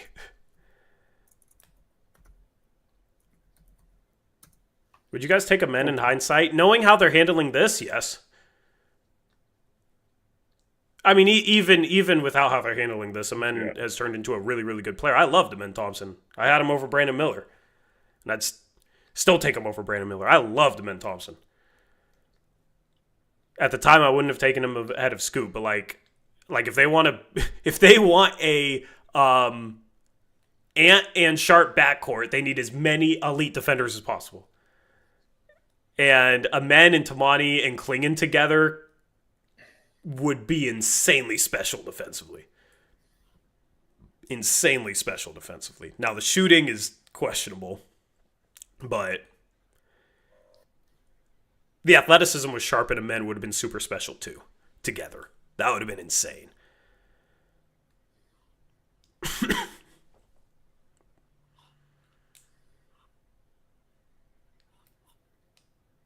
Would you take Amen number 2 in that draft now, Eric?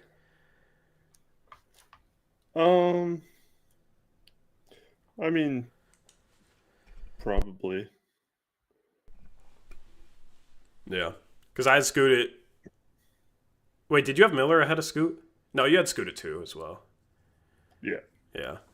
I wanted very badly to put Scoot 4, but yeah. Yeah. I never did. Anyway. But I think if you could trade Scoot for Amen right now, I think... Oh, yeah. 100%. I would say yes. So. Yeah. Yeah, definitely. All right. Let's do... excuse me. Mock draft. Okay. Let's get this thing started. Whoops, wrong screen. Here we go. Excuse me. All right. So this mock draft, we're going to... Here's my idea, Eric. We come to a consensus as to who we think each team will take, and we talk about like the latest rumors with each team and like who they might like. Or do you want to do the every other? No, we can do that. That's fine. Yeah, it's a little different, but it's kind of like mock draft trying to predict. Fight you. Yeah, that's always fun. That's always a fun time. All right, so who are you going to fight me with this first overall pick? Well, number one, we're not fighting. What do you mean? I think they're going to take Lachlan Ulbrich. Yeah, you're stupid. All right. So, Start mock draft. Second overall pick, like it's pretty clear this is going to be Dylan Harper, and it's extremely likely it's going to be San Antonio. What are the odds you think they trade this pick, though? I don't know, because there was that rumor that San Antonio's looking to trade out of 2, maybe. Which they did in our walk-off season. Yeah. They trade down from 2 to 5 and took Knipple at 5. Man, I mean, obviously they're not trading 2 for KD. Although Sham said today that Minnesota, Miami, and Houston have emerged as the front runners. And Minnesota has become the odds-on betting favorite. The betting favorite is now Minnesota, which is crazy. Yeah, I don't even know what that trade would look like. But yeah, so ultimately I think they decide to stay here. Now, the fit might be kind of weird. You got the rookie of the year Castle, you traded for Fox last year.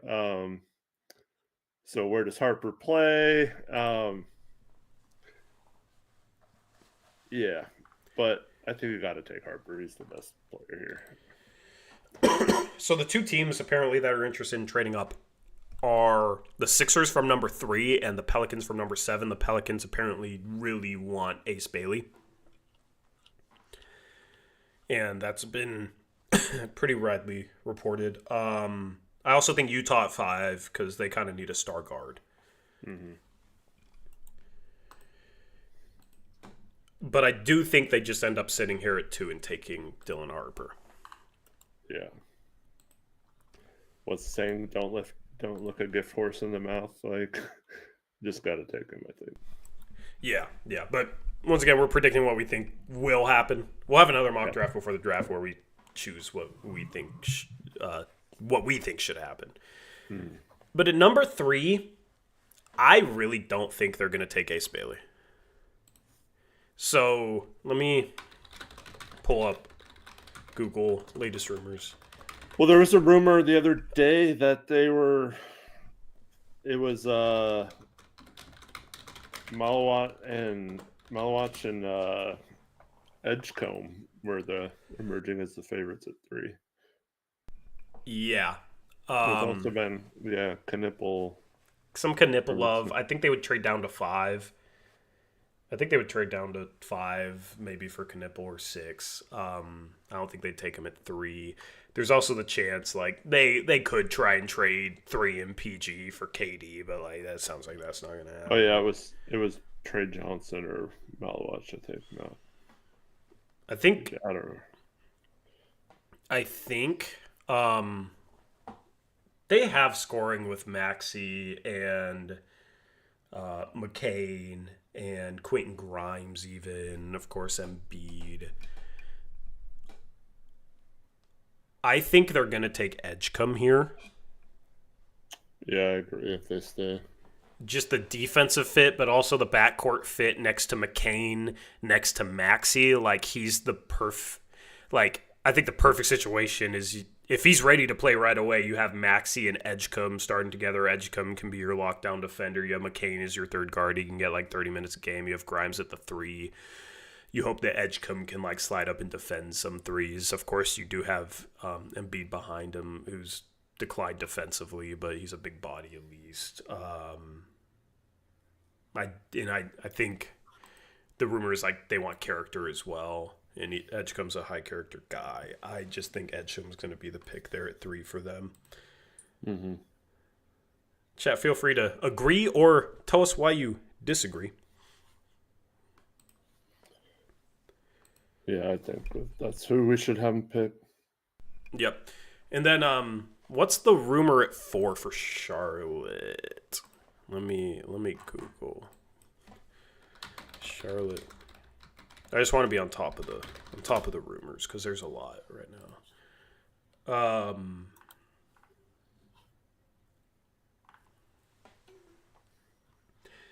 I have no sense for what the Hornets are going to do this offseason, Eric, which probably means they're just going to like draft here and do nothing else. You know what I mean? What do you think is going to happen here? I mean, Ace Bailey obviously is like the most hyped prospect at this pick. I could see them going Trey Johnson and putting Miller at the Mhm. 3. Like Trey has a lot of buzz, and I think Trey's a better prospect. But does Charlotte think that? Well, see, Charlotte hasn't really been a consensus type team, so in my opinion, they'll because if this was a lot of teams, I would say they're just gonna take Ace because they're scared he'd become a star, and, and then they have to look back on it. That's like us with Scoot, you know, or Mhm. trading that pick. And so I would say, yeah, either Trey Johnson or Knipple here. That would be my pick. Yeah, I think Edgecombe is a perfect fit here. If he's at 4, I think that basically automatically becomes the pick. Apparently, Edgecombe had a good interview with them. Hmm. So I think this is the floor for Edgecombe, and defensively, he's exactly what they need next to LaMelo. Um, but I have a feeling Trey Johnson is going to go 3 or 4 right now. Um, and I think Trey Johnson is just a better prospect than Ace Bailey too. So all right, we'll go Trey Johnson at 4. At 5, that leaves Utah. I haven't heard any rumors around them. Have you? Not since the ones we talked about on stream where they hired I forget what relationship, but that he is to Danny, but they hired another Ainge from Boston, and they talked about how they weren't going to rebuild anymore or tank anymore, and Yeah. So like, could that mean they move the pick? I don't know. But like, what would you I even move it for? I did see a video of Danny Ainge talking very highly of Jeremiah Fears. It was like they were like watching film or whatever. They didn't Yeah. like say who they were talking about, but people figured it out. It would be hilarious if like Ace Bailey's here on the board at 5 and they took Jeremiah Fears. So Tony Jones of the Athletic, which I think he covers the Jazz. I'm not Yeah. sure. Yeah.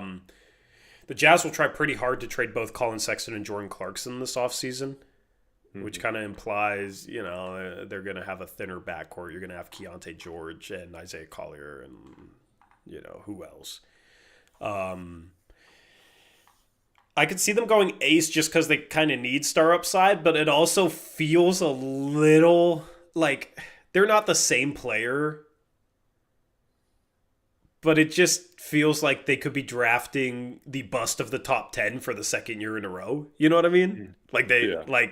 Cody Williams could still pan out. It's still early for him, but like he did not look good his rookie year. And I think they had a couple scouts get fired for drafting him. So I don't know if they'd like want to take the risk of an Ace Bailey or not. Chat, let me know what you think they would do at 5, but Yeah, see, this Ace seems like the type of guy they would take just swinging for upside if it was Danny Ainge in charge. But it mhm. sounds like Ainge is kind of taking a back seat uh, to some of their other, um, GM and scout, and now this guy they brought in. Um, Someone in chat, tell me what relation this other Ainge is to him. So yeah, I could definitely see if it was Danny him taking Ace Bailey, just hoping for that Tatum, Jalen Brown type wing. Yeah. Um, but Even I, even though he has like neither of the qualities that made those no, guys special, I yeah. know, but like you said, they're searching for a star. Ace has been. Um, this kind of reminds me of um, the draft with Andrew Wiggins and Jabari Parker. Yeah. Like it's just like those two guys were rumored to be 1-2 for so long. Who was And Embiid went 3. or was that who was 2 in the Ben Simmons draft? Brandon Ingram.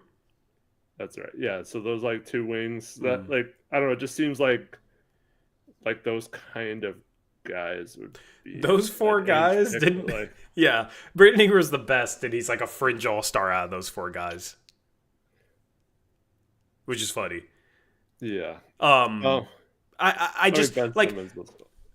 yeah. So here's the thing with Ace at this point, which I've been thinking It's about this. Danny's son. Thanks, guys. Yeah. Um, so we keep talking about Ace like high upside, but like you know, he kind of lacks a lot of traits that make forwards high upside. So what is his high upside? Oh, well, it's like his ability to hit tough mid-range shots and like he's like a decent athlete, but I don't know exactly how functional it is, at least as like Mhm. a creator. Is there a chance that front offices just like take that into account and think like actually he's not that high upside of a player as like people like us think? I Like don't. are I, you really that high upside of a player based primarily off being able to hit tough mid-range shots? Because he's not much of a playmaker for others at all. He's not the sharpest ball handler at all. Like he doesn't get to the rim. in my opinion, I do feel like he has enough upside to warrant the conversations about it. It's just to me, it's more. I don't know how he is in interviews or whatever, Yeah, but like I think that could be a problem. you see the comment about him. Oh, what? I'm a good passer. I just like shooting more, or whatever he said. Yeah, Like some. It's just I don't know. Maybe it's more that teams who have the advantage of being able to get him in a room and talk to him aren't seeing that he necessarily has what it takes mentally to reach that upside. yeah. But I do still think that he has upside.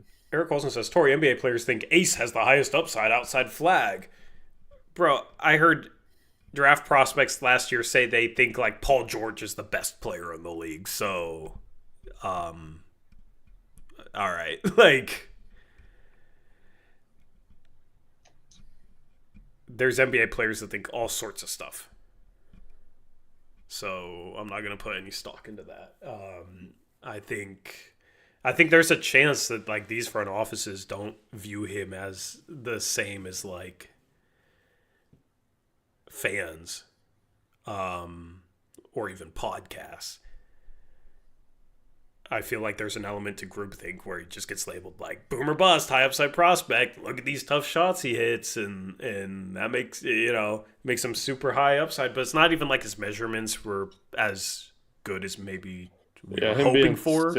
what 6'7.5" barefoot or something. Yeah, he just has so many Oh, problems. I could just view it as like, yeah, this guy is going to. I don't know. I could see some front offices not even having him top 10.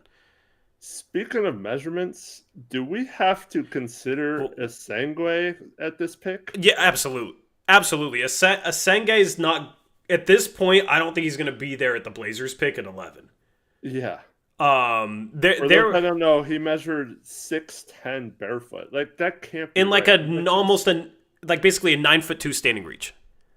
I don't like that doesn't match the eye test. He does not look 6'10" at all. Like Yeah, I don't know. 7'2" wingspan. Or Maybe he's something. grown, man. He's young, right? Like, isn't he one of the Maybe, youngest players in the draft? Maybe but he's grown that an is inch in the last 3 weeks. so that coupled with the way he's finished his year off playing super Yeah, well, like that guy is going to shoot up draft boards. And um, yeah, as Gregory mentions, Behringer measured 6'11" without. I was worried he was going to measure like hmm. 6'9" or something and be short. So like he measured well, and that'll do well for him as well. But man, I think crazy sneaky pick here for the Jazz. I think that Yeah. could be a Sengue, dude. Like I think he's gonna move up like that into the Uh-huh. conversation starting with this pick. Yeah, so I've been saying Asengwe all year, and I heard an interview with him, and he said his name like Asenge. which Okay. I recently, we had that conversation. Like, Yeah. okay, finally, I've been pronouncing it differently all year. Asenge is apparently how you say it. So Rafael Barlow, like even before his measurements, was like, yeah, I don't think he's going to be there at Toronto's pick at 9. And I thought, like, really? But somebody asked what's so special about him. I mean, if he has a 9'2" standing reach and a 6'10" with the way he moves, and like if he can add strength, to, like he's super skinny, but like let's say he has a Giannis glow up or something, then I mean, he's probably a really good player. Keep in mind he weighed in at 203 pounds. Yeah. Like, so he's super 6'10", 203 pounds is crazy. I need to like rewatch his tape, thinking of him as like a skinny center. Yeah. You know what I mean? Like if those measurements are true. Because then it's like all of a sudden, if you're looking at a guy as maybe somebody that could play the 5 compared to somebody who's like a 3-4, it's different when, like, I like to analyze how guys moves, movement patterns, footwork, acceleration, deceleration, that sort of stuff in regards to like upside as creator. Of course, like being able to be sharp and crafty, creative with the ball. You don't have to be as creative if you're a 5. Right? You don't have to be as good in those areas if you're a 5 because you're a 5 man. I mean, he's just way too skinny. So it's like, is the idea, can you bulk him up somehow? I don't know. He's very tantalizing. But like, so what do we predict? I don't know what I think they would do here, Eric. What are we predicting here? I mean, if I had to pick right now, I would just say ace, but that's for lack of like knowing what else to do here. Yeah, let's just do ace.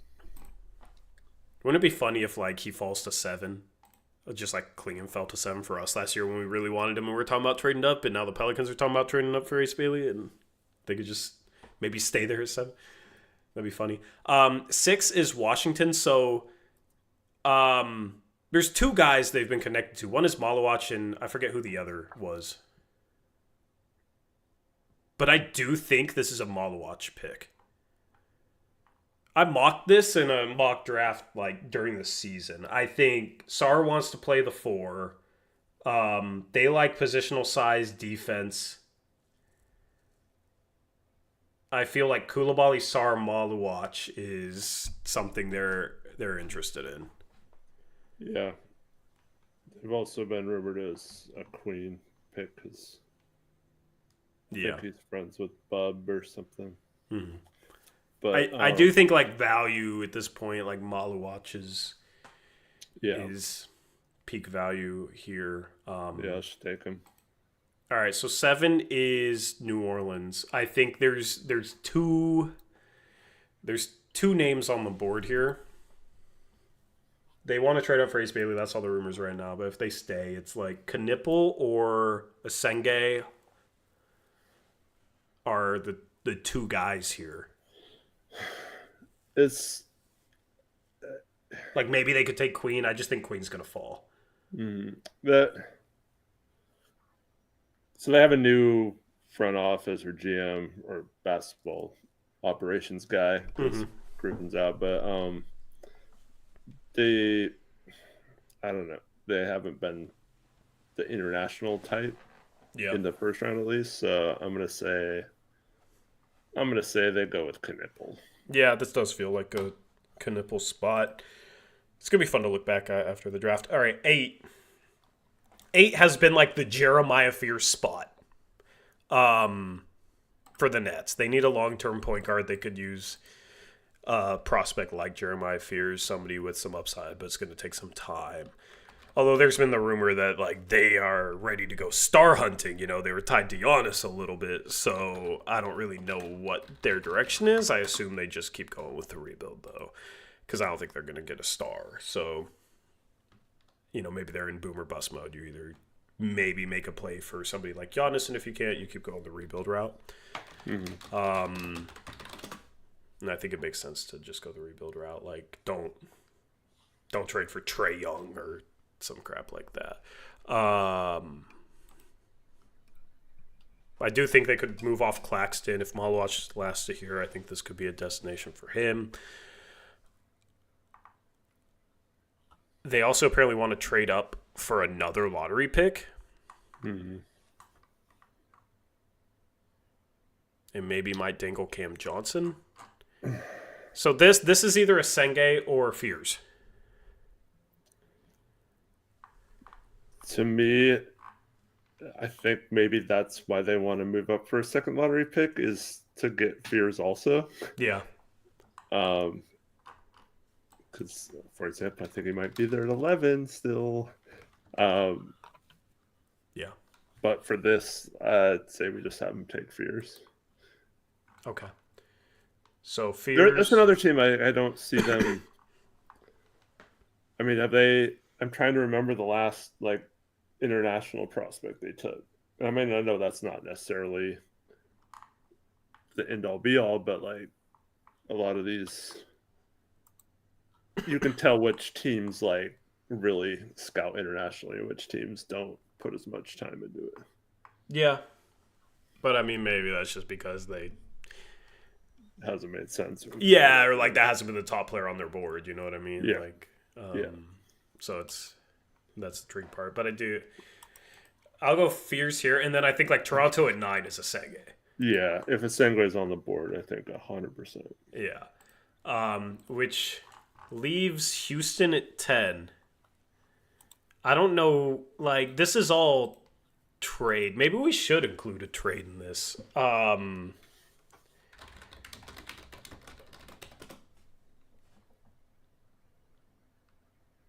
So, what's your prediction with this pick? Because there's like so many different ways. We're very likely to get this prediction wrong. But, like, if you had to guess as to what they do, right now it sounds like I don't know. I guess the Timberwolves are going to trade for KD or the Spurs.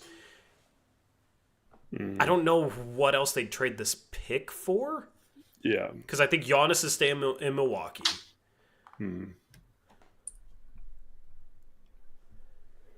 I say they stay and take Queen.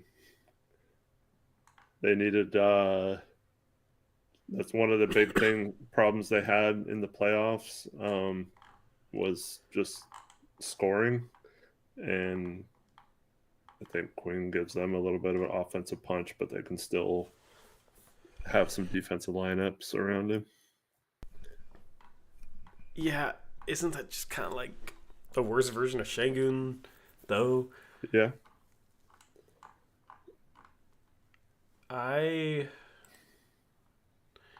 Let's just stay here and draft for them. I feel like this is a Carter Bryant spot.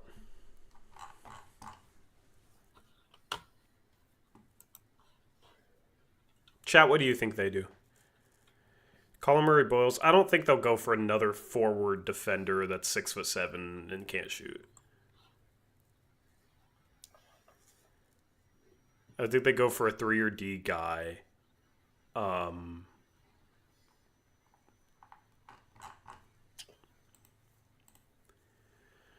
Chat says Bryant. I see 2 Bryants. I see 4 Bryants in chat. All right, let's take Bryant then. All right. So then you have Portland at 11. I can't shake the fact that Jonathan Gavoni keeps mocking Yegor Demon to the Blazers at 11. They are.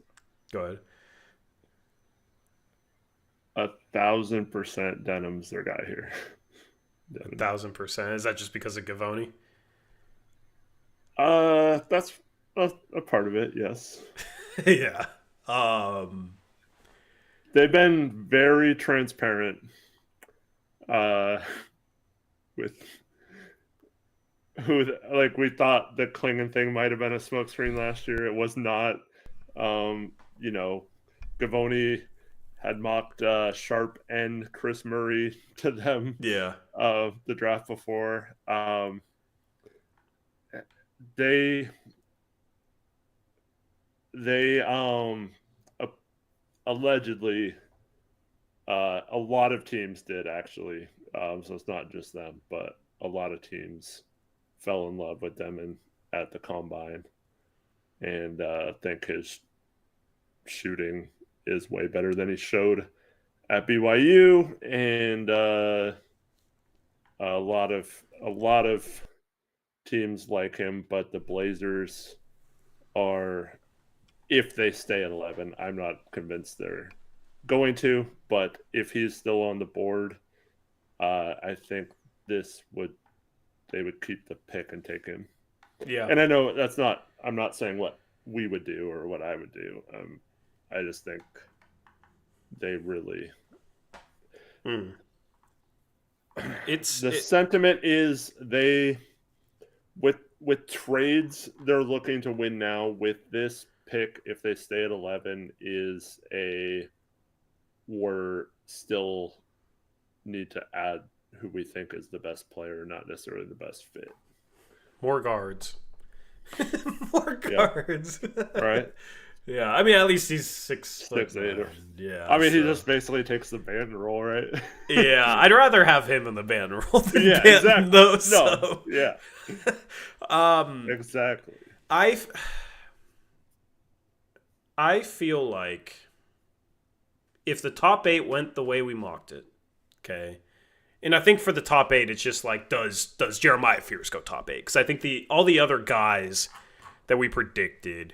Knipple, Malawach, Ace Bailey, Trey Johnson, Edgecombe, Harper, Flag are like destined to go top 8. I think Jeremiah Fears is the wild card. Because I think like if Asenga goes 7 or something, Nets will just take Knipple at 8. Or maybe Knipple falls, but it feels like there's a good chance it comes down to like one of Asenge, Bryant, and Demon is on the board, and the Blazers just take whichever one is left at 11. Do you agree with that? Between who? Asenge, Bryant, and Demon. Like, if the top 8 goes like this. Basically, if Fears goes top 8, it'll come down to, like, one of those 3 guys will be on the board. I mean, yeah, that makes sense. I mean, I don't know how much this is true, but as of right now, I just keep hearing that they have a one-track mind for Devin. Why do they like him so much? I don't know. Apparently, he just wowed him at the combine. Like I said, he did a lot of teams. He had like a really good workout there. I mean, he's 6'9" and has like insane passing instincts, and his shot doesn't look too bad. Might be able to shoot off the dribble a little bit, and like if he can do that, then maybe he can get downhill. Like he's a unique prospect. I don't hate it. Yeah, I was talking to Taylor about Demon the other day, and he has the same concern that I have. It's just like, can he do it off the dribble without? Like I'm not sure he's quick enough off the dribble to get by people in the NBA. Yeah, but it's like we've seen guys to like make up for that. We've seen bigger guards that aren't the quickest find a way to get by guys off the dribble. It's just like, can you shoot well enough and is your handle tight enough? I also think like if he can put on more strength. Also, this was prior to the workout yesterday. Like he was in. Wasn't Demon part of the workout yesterday? I don't remember. So I haven't heard how that private workout went, but well, yeah. So Eric Olson says, "Gosh, the combine doesn't mean much." This, to be clear, he had a private workout for teams, like a pro day kind of, at the combine. Yeah, so I think he'll be a better shooter than he was in college. And I think that's the main thing, main swing thing for him. I guess teams really were sold on his shot. Yeah. In just watching him, like he was. If you think he can shoot like at a high level off the dribble, and he's probably the best passer in the draft at 6'8", and is an okay defender, like is a little underrated on that end, even. I mean, that's a combination of traits that is very intriguing. Yeah. And like, oh, he's slow. Okay, but like, if he can run a pick and roll and handle the ball in space and like use his shot to create advantages for himself and get downhill and use his size and his like playmaking and his vision, he could be a really good player. And he's a unique player that's kind of hard to find his combination of skills and traits. And if the Blazers like that, I get it. So yeah, Demon 11 to Portland. All right, 12 is Chicago. Have you heard anything about them? I will search the Google. No, I haven't really. Chicago draft rumors.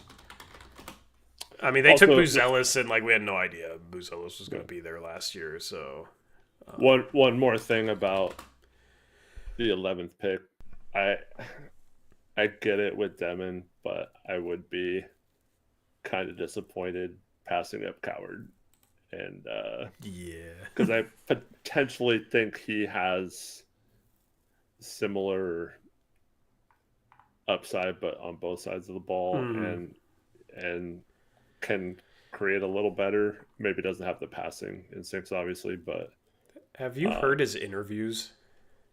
Coward? Yeah. Are they bad? No, they're really good. Oh, okay. It gives me like he's a different player than Halliburton, but I really liked Halliburton because of his interviews before his draft. And Coward, man, you should listen to his interviews, just like breaking down his game and like the intricate work he puts in on his shot and like just the way he thinks about the game. He's a good interview, man. I would love for them to get like the 16th pick from Orlando for Ant, like he's there on the board. Yeah, that would be amazing.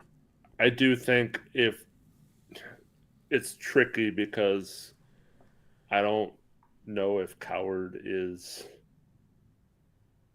like OKC's sitting there at 15, right? Yeah. It's tough to like trade like. Obviously, if we kept 11 and had 16, maybe something happens. But I think if Demon is gone at 11, they might entertain trading back a little bit, and then you get like maybe it's not far enough, so like you for sure get one of Fleming or Coward or something. But you can't trade back too far, in my opinion. Yeah. Like, you can't trade behind OKC if you want Coward. So that might be something they do if Demon goes higher than 11. It kind of lines up because I know Queen was in that workout with Demon. So I don't know what they feel about Queen. But other than that one workout where they had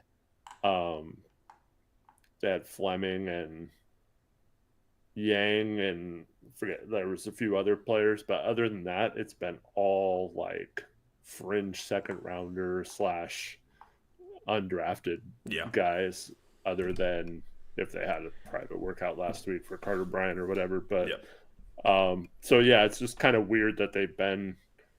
I mean, we're coming up on 12 days until the draft.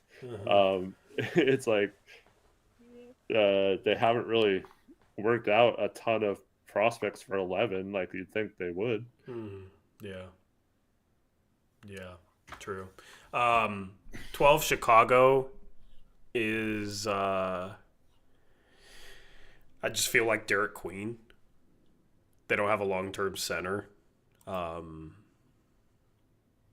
just feel like this is where like they would take a chance on Queen's talent. Okay.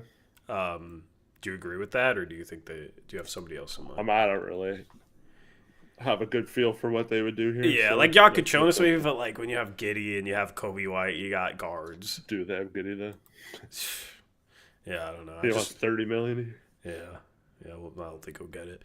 I think Queen here, and then 13. I mean, I don't think the Hawks trade Trae Young this offseason.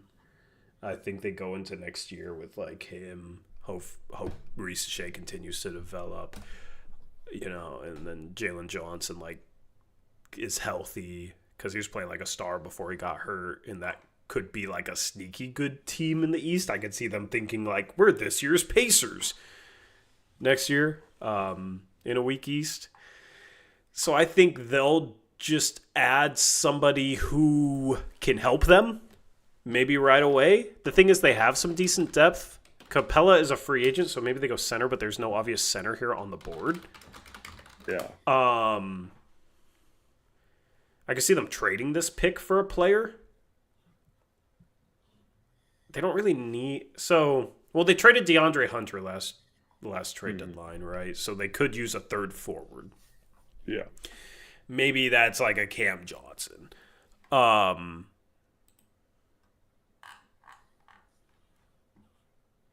also think Demon would be a good fit for them because they don't really have a backup guard and or a backup point. Buffkin's always hurt.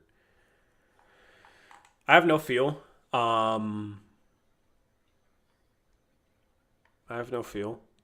What do you think? I guess they could go Yakuchonis and like play him next to Trae Young a little bit and have him as a backup point, but it just feels a little weird. Yeah. To me, this feels like either Murray, Boyles, Clifford, or Fleming. Like one of those type of players. I also could see this being a Walter Clayton.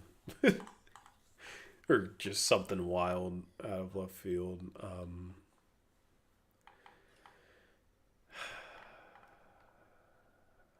Could this be like Behringer's ceiling? Maybe. Could this be Coward? It could. It could be Coward. I mean, Okongwu's developed into a bit of a shooter. I feel like Colin Murray Boyles is like my best guess, but I have no idea. So we'll go CMB. Yeah. 14 is San Antonio. So like I think Coward goes 14 to San Antonio or 15 to OKC. Yeah. But I also like let's have some fun. Let's say they are the team that trades for KD. Okay. Let's have some fun. Even though Minnesota's the favorite.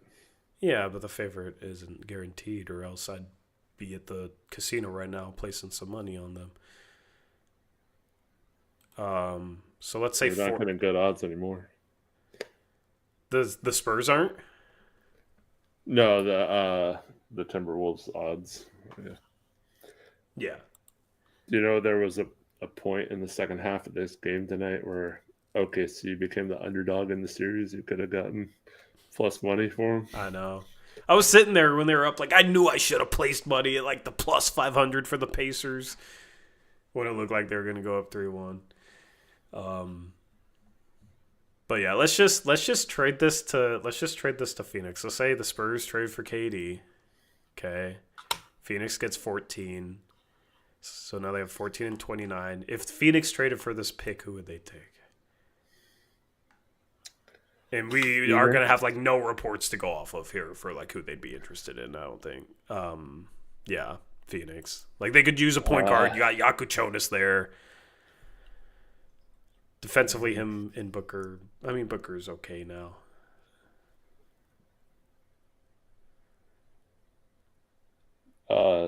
Wait, I know who. Jace Richardson. Michigan State.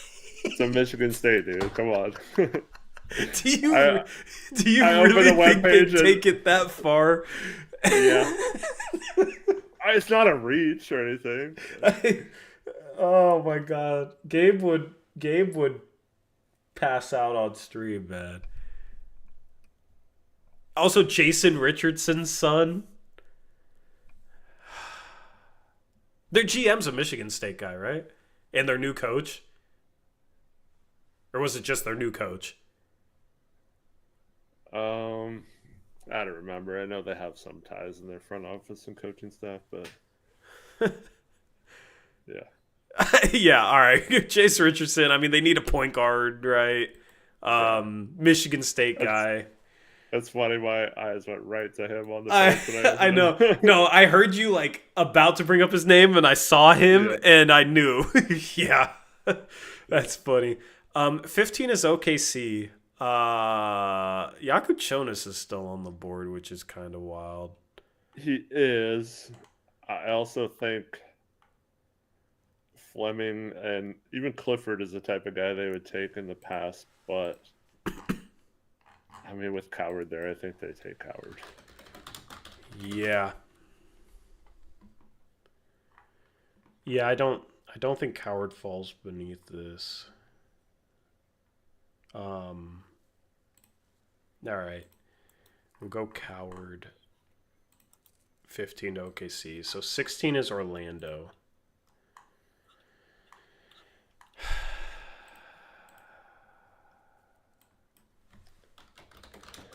I don't know if I like Jakub Jonas for them. Yeah. Um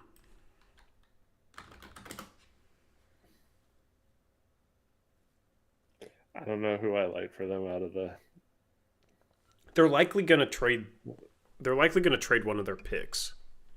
Yeah. But what for? They also. There's talk about them wanting to package Pope and Cole Anthony for a player. What would they trade this pick for? I don't know. Let's just say they keep it. Would they go Walter Clayton maybe? Well, I think they have 25. I feel like they'd be waiting at 25 for him or hoping to draft him at 25. Yeah. Cuz I was thinking about it. Could they draft him at 16? Because he's a good fit there. I mean, he's an in-state product.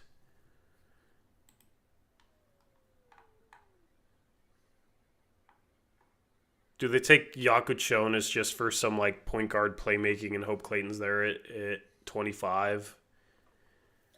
Yeah, I think maybe. I feel like they trade. What would they trade this pick for though? Chat, let me know. Other than Anthony Simons. I mean, this is just the perfect like Anthony Simons trade, right? For both teams that we've said for years and years and years.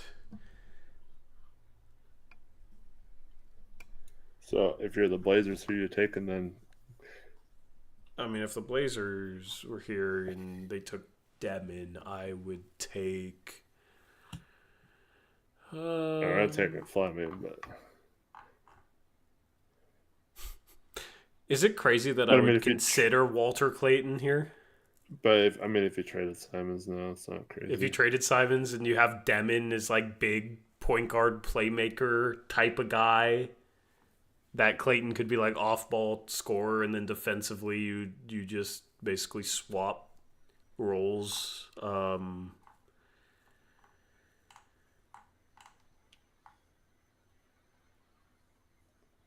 I don't think the Blazers are trading Ant for this pick. Like, Yeah.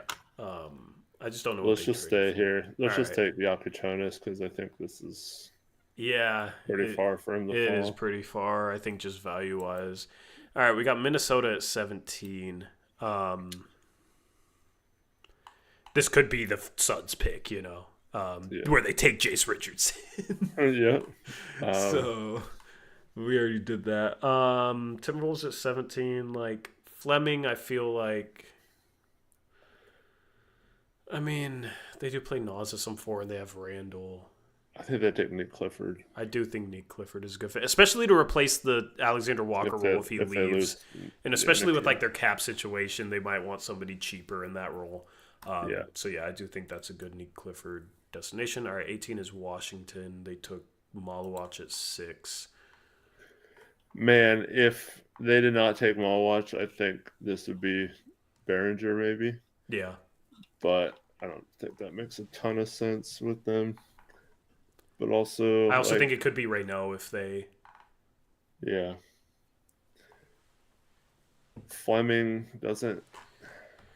With now that you have Sar and Malawach, I don't know if Fleming makes a lot of sense. You know who I'm thinking? Hugo? Yeah, I feel like this is kind of the top of his range, and I feel like this would be a good place for Hugo, and they could maybe stash him here if they wanted to. Who were you gonna say? I was gonna say Traore. Uh, yeah. I feel like it's one of those two, unless I'm forgetting somebody who's just like low on this board. Although I don't see anyone. Yeah. Chat, Traore or Hugo? Who do you think for Washington? Nolan Traore, he is French. Yeah, and I mean, like, him next to Bub Carrington, could that work if both those guys develop? Yeah, let's just take him. Yeah, they love French dudes. Boogie, well, Boogie Fland is not in the draft. All right, Traore 18. They need to take some of these guys out of here. Yeah, definitely. They need to update this. They don't have all the international guys either. Yeah. Yeah, we're gonna have to draft some players. All right, some players that aren't on. I finally got around to re-updating my big board after I lost it all. I can only, from Fanspo's thing, I can only put like 50 guys on there. Like, I'm struggling to get to 60. Did Condon go back or did he stay? Condon went back. Yeah, that's so crazy. Yeah. Yeah, I forgot. That team's going to be insane next year. They might go back to back like UConn did. Anyway, 19 Brooklyn. Maybe they replace Cam Johnson with Fleming. Yeah, I don't really know. You think Fleming? Yeah. I feel like 26-27 will be where we predict Hugo is a stash. Yeah. I think it's unlikely they keep all four of their picks, but all right, Fleming there 19, then 20 is Miami. I mean, Miami could use all sorts of stuff. They could use a point guard. They could use a 3. They might package like Duncan Robinson. So maybe they go like Duncan Robinson and Rozier if they're trading for Katie. Maybe McNeely could replace that Robinson role. I don't think they'll go center. They got Ware and Bam can, of course, play that. So that takes out like Sorber, Wolf. I think we're kind of sleeping on how high Sorber's going to end up going. Yeah, like who's the team we were talking about for centers? 18 Washington, like that could be Sorber. I mean, Georgetown's pretty. Is Georgetown in Washington D.C. or where's Georgetown? I know it's around that area. I think it's close. Yeah. But 20 with Miami.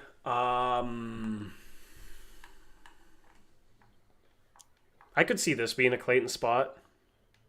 I kind of have a feeling they'll go point guard, but like Clayton or Cam Jones. Yeah. There's like no point guards left, dude. All right, you think Clayton? Yeah, I feel like because they tend to go with the like older guys. I mean, also in state, just like we were talking about for Miami. So yeah. All right, Walter Clayton 20. 21 is Utah. They took Ace Bailey. I mean, they could go a million different directions. I have no clue at this point.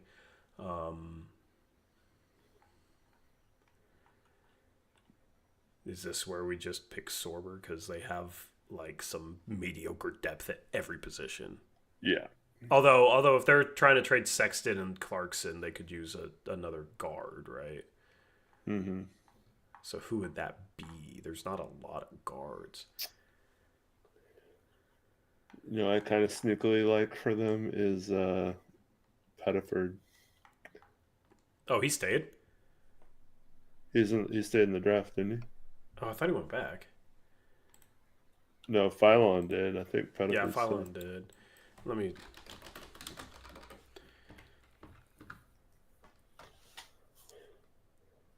Yeah, Pettiford went back. Oh, he did? Yeah. Oh. Yeah, there's like no point guards. Dang. There's like no guards left. Who's the next best guard on the board? Proctor is the next best point guard on the board. I mean, you got some better shooting guards. Like, you got Seraph. You got... Well, Riley's a 3. You got Seraph, Cam Jones... Miles Bird's like a 2-3. Like, just in terms of pure guards. Ian Jackson's not on the draft. Dude. That's the time take Sorber.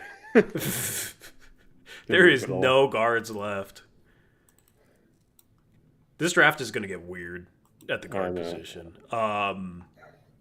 22 is Atlanta. They took Colin Murray Boyles. I feel like they got some defense, and especially with CMB, Capella might leave, or maybe they resign him on like a 1-year contract. I feel like Danny Wolf could be the pick here, just as like stretch 5. Yeah. At this point, we're just kind of guessing. Earlier picks, we can go off intel.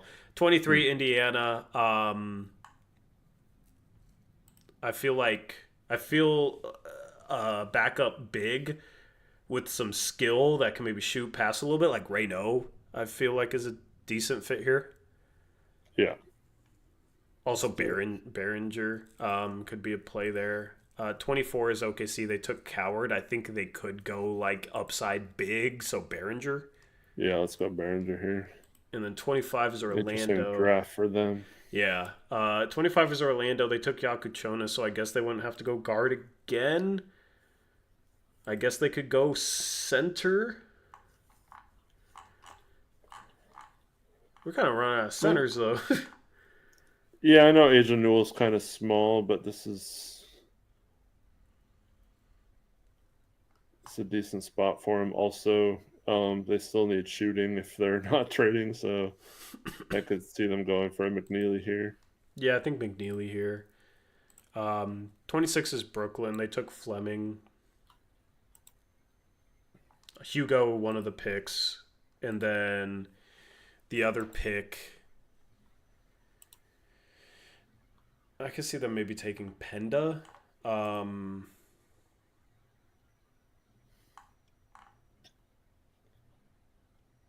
Drake Powell? I forgot about him. Yeah.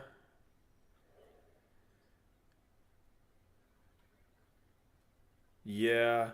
I feel like Newell could be... We're also going to have to start talking about Hanson Yang, I think. Yeah. With some of these picks. Yep. What does chat say? This is tough, man. You just want to take Newell because I just feel like one of these picks is going to be traded. He's going to get taken like at some point. This feels a little low for him, but 28 is the Celtics. Phylon was absolutely perfect for them, but he went back. Len DeBorg was perfect for them. He went back.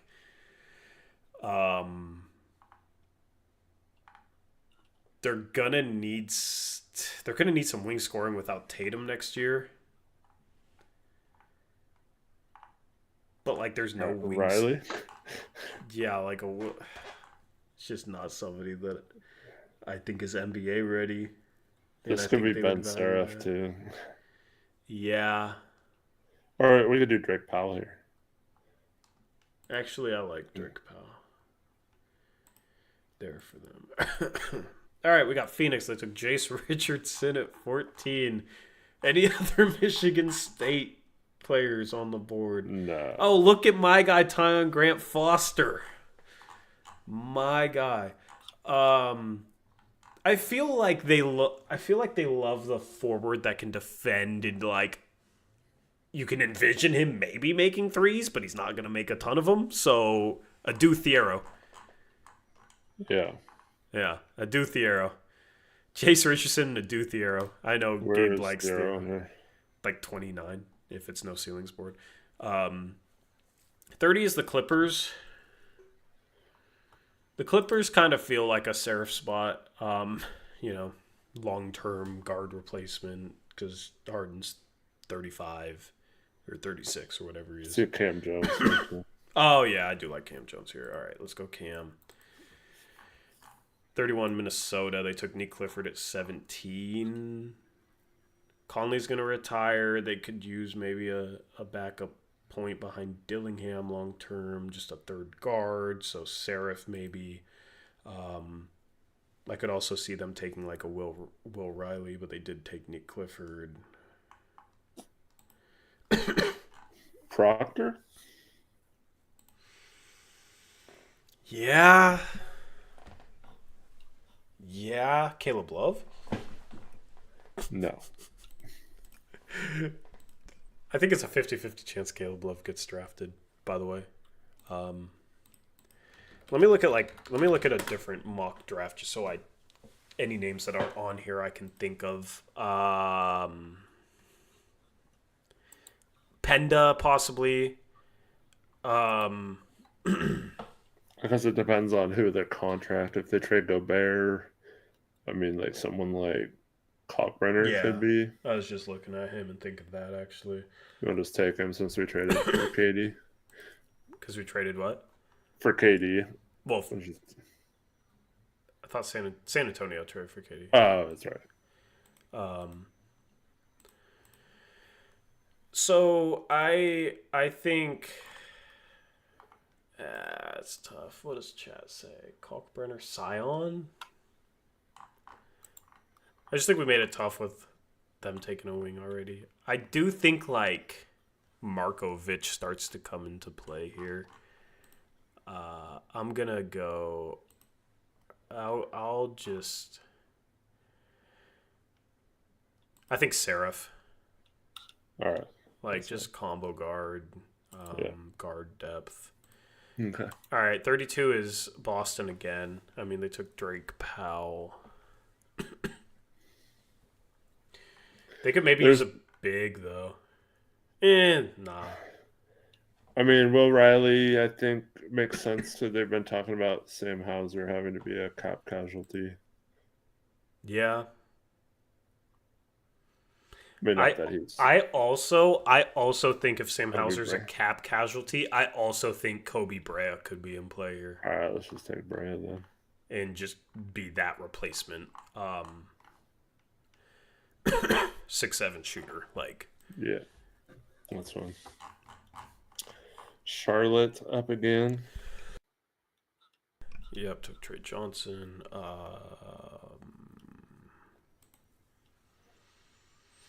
I mean, they have Nurkic and Mark Williams at their centers. I don't think they're sold on either. They tried to trade Mark Williams. Yeah.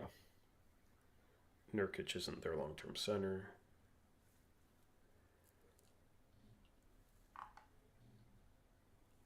So, big man,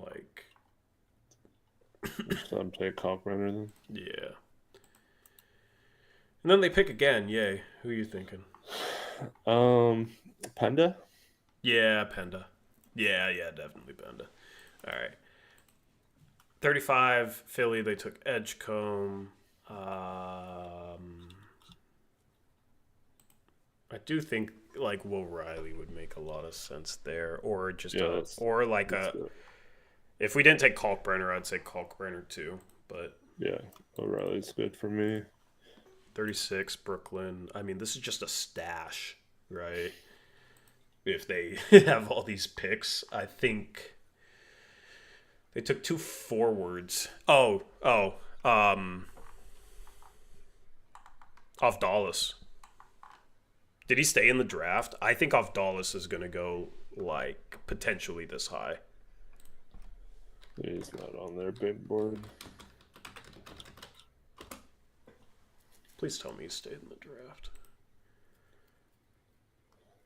Yeah, he's still in the draft. When can international players withdraw? Because it's different than college. I want to say it's June 15th, but I'm not 100% sure. So close. I think wing stash. I think Off Dallas is slept on. I think there's going to be a team that falls in love with him earlier than people expect. Okay. So who we take him for Off Dallas? I just did the last person, which was Ivisic. Yep. All right. Who's not in the draft? Yep. Pistons are up with their first pick. Who you thinking? They're obviously taking Broom, right? um, It's so hard. It's just like all guys who went back. yeah. I mean, I got, in our mock offseason, I got them Walter Clayton and Hugo Gonzalez and Cedric Coward and Sion James. I guess Sion James is still left on the board. And Micah Peavy. Yeah, Micah Peavy is a two-way. He's very likely to get drafted. 8,000 rookies. I got 4 rookies. But I got Cam Jones too. But like they're older rookies. They're older rookies, so it's fine. Oh, we got to start looking at Watkins too. Yeah, Hanson Yang maybe. Just doesn't really feel like a Detroit pick, Yeah. I feel like they like their athletes. Like I feel like Miles Bird. He went back. Oh yeah, he went back. Caravan went back. Toppin went back. Like Pettiford, Condon, Fland. Yeah. Janai Broom, and then on this board, the next player is Proctor. Yeah. R.J. Lewis. Evans went back. Lee went back. Yeah, I gotta look at like a mock draft. I hate this part of the draft. Markovich. All right. Markovich makes sense for them. Okay. Bogoljub. I don't care how it's said. I'm gonna say.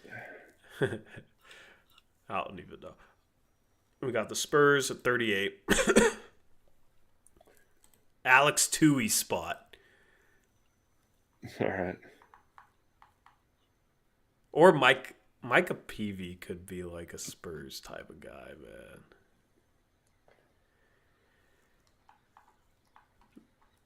There's not like a more proven shooter than those guys either. Yeah, let's just take Toohey. Because Toohey like is thought of to be a guy who could shoot, but he didn't shoot the best in the NBL. So shot well at the combine. All right, Toohey there. Toronto, they took a Senge. I mean, they have Mobo and Shamshay. I don't think they would go center here. I think they would go for a better center earlier in the draft, just not now.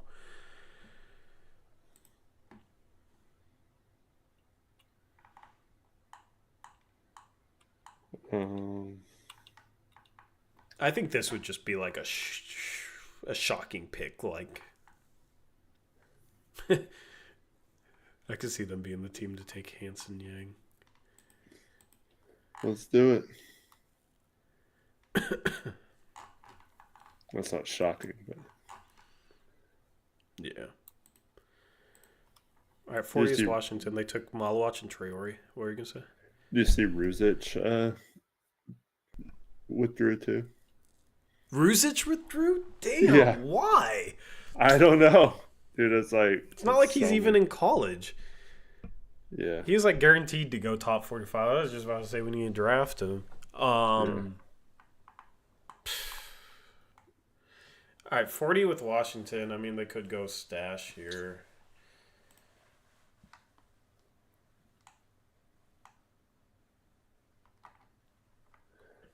I kind of like Proctor for them. Yeah, but they took Traore. Yeah.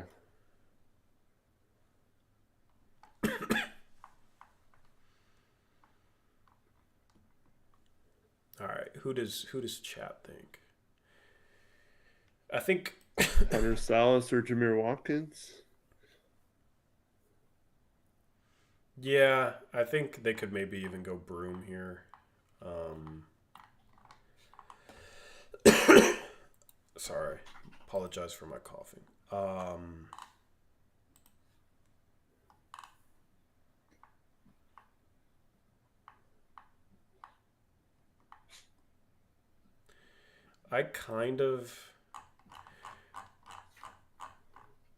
want to go Micah Peavy.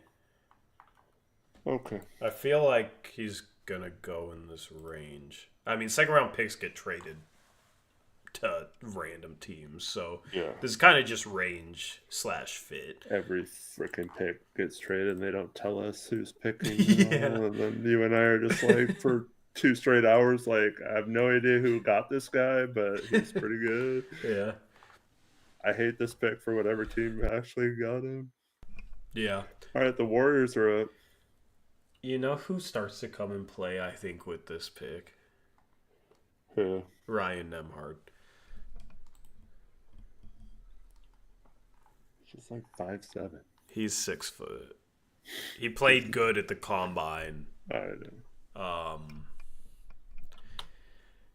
Hey man, people slept on his brother, I know. including me, and I'm a Gonzaga. I don't know why, but Chaz Lanier feels like a warrior. I also think Amari Williams. Mm-hmm. It kind of fits their system a little bit.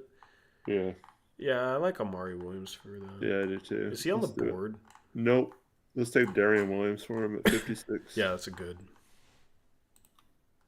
Did he go back to Texas Tech? No, he transferred somewhere else. Is it A&M?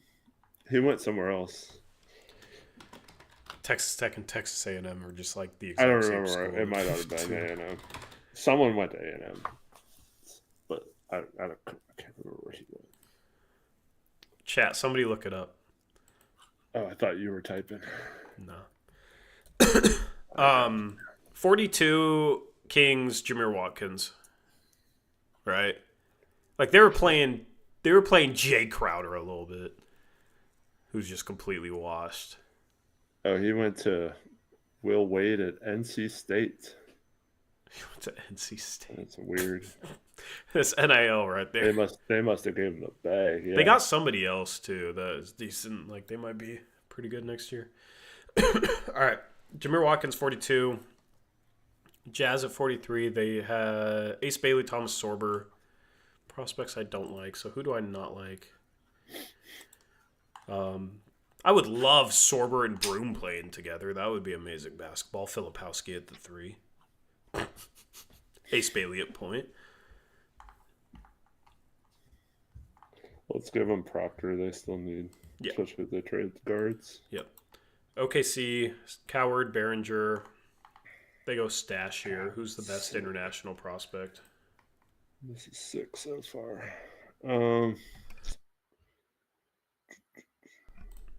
If they didn't go center with Behringer, I could see them taking Zakarski and like keeping him in the NBL for a year or some weird. Or I mean, it could be a 2-way signing too, especially with how weak the second round is. So I guess.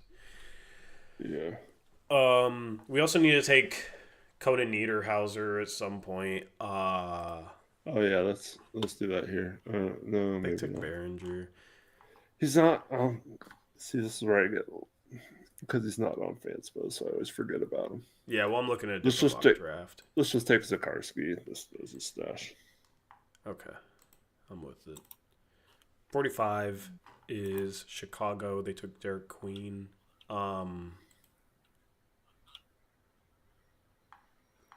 Sion James is a guy here. Chaz Lanier. A lot of these teams picking right now went big man already. I think wing. I think Sion James is the guy here for them. Or RJ Lewis. I already picked Sion James, so Bet. I get that. All right. 46 is Orlando. They went McNeely, but they went Yakuchonis. I just think value-wise, Broom, I guess, because they haven't gone big. 47 is Milwaukee. I mean, they need somebody to play right away. Who's the most NBA-ready prospect here? Hunter Salas?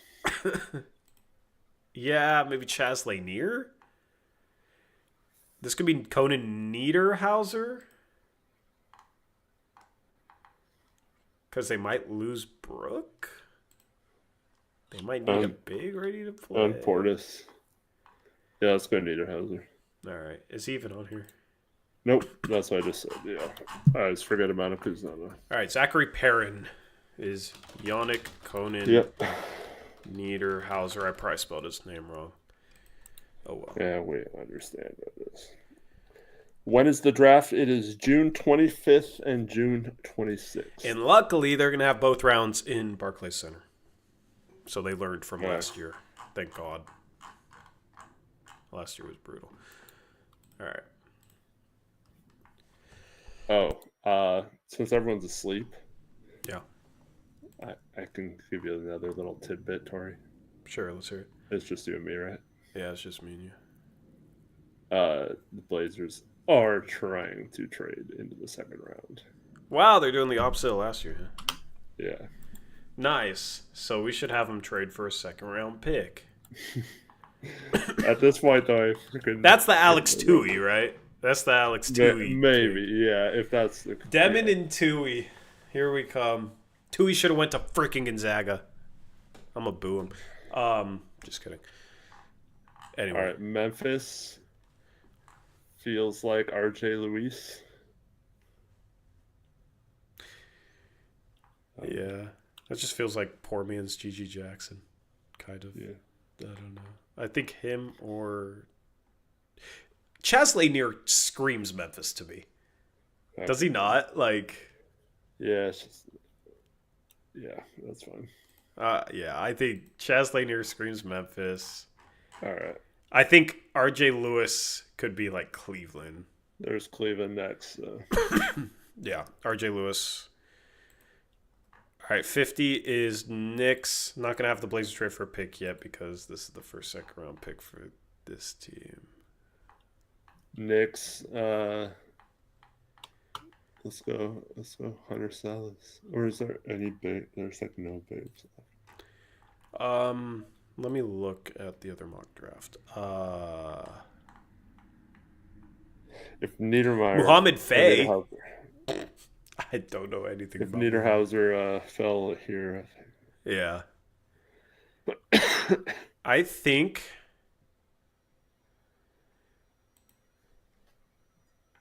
Kobe Sanders.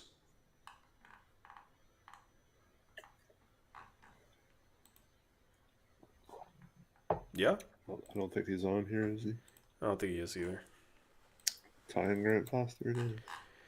I thought there was a dude named Kobe on here, though. There's Kobe Johnson, yeah. Yeah, that's what I'm going to take for Kobe Sanders.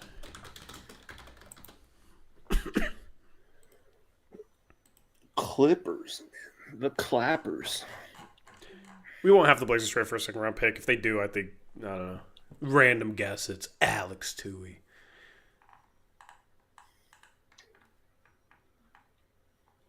Yeah, I have no info on like who they would be yeah. targeting, but I mean that's why they've been going after all these guys. I mean they do have two ways to fill. At least they're looking for a second round pick.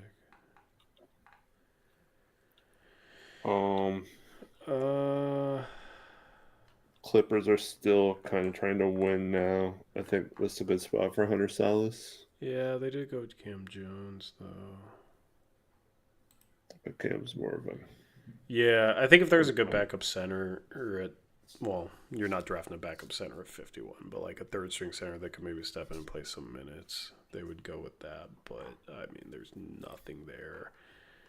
All right, we'll go Salas. I mean, these guys are likely to be two ways anyway, so... Yeah. 52nd pick. Who's the next Tamani for Phoenix? Who's the next guy they're going to trade us and becomes a star defensive player? Caleb Love. You called it. Oh, God. Jameer Watkins, if he was there.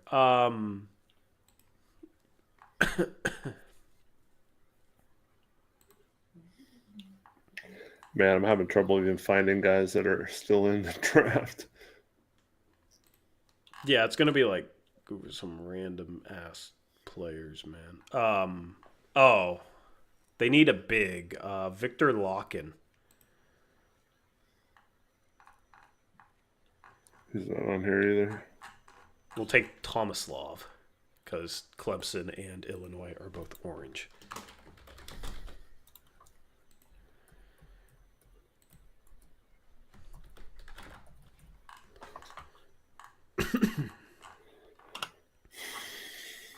Wait, where's draft player?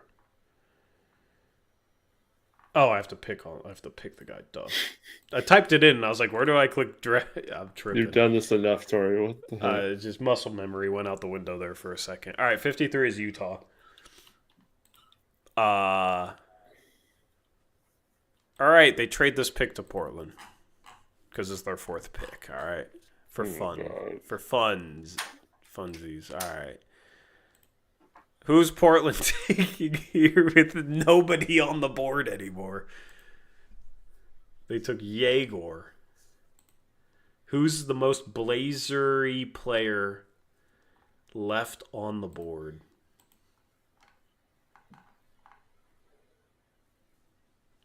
Oh, well, I don't really know if they have a need for this guy, but could you see them liking Tanjay? He doesn't really fit. But they just... He doesn't really fit what they like, though. Yeah.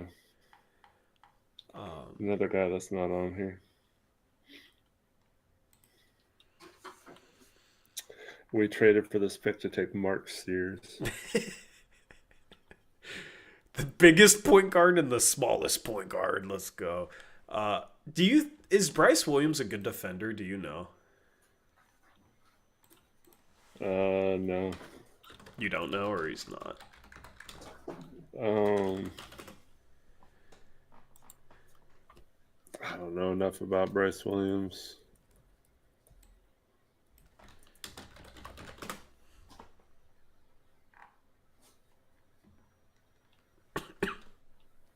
Another guard, though. Yeah, but he's, what, 6'5", 6'6"? He's older. He's 6'6.5". Oh, or Dink Pate. Chat, who do we think the Blazers take here? Why did we have him trade for this pick? For fun. Are you having fun? If they're trying to trade into the second round for Avdalis, I will never criticize Cronin ever again. Lachlan Olbrich. Lachlan Olbrich. Honestly, Get my guy Grunlow. I was thinking about your guy Jackson Robinson. Did he? I mean, I thought he had to enter the draft. Yeah, search him up, and I'll search his measurements because that would be that like small forward shooter archetype.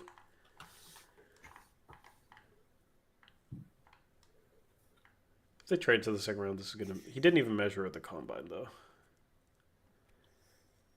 Bryce Williams has an 8'7" standing reach.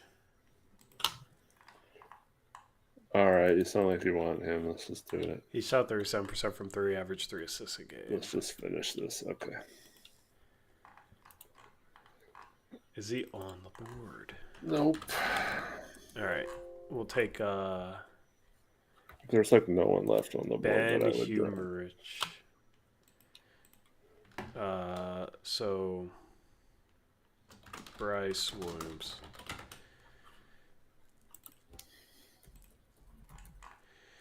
All right, let's just draft players who we think are going to get taken. Screw fit at this point. So just rattle off some names for me.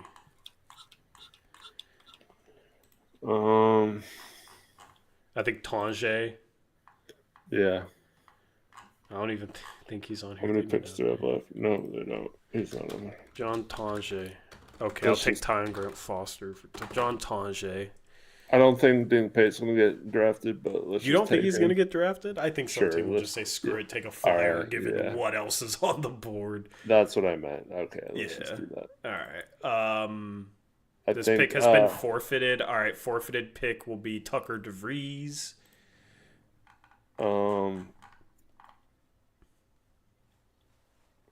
Well, since you said it, let's just do Caleb Love. Do you think he'll get drafted? I don't know. He's very fringe. Let me see if there's.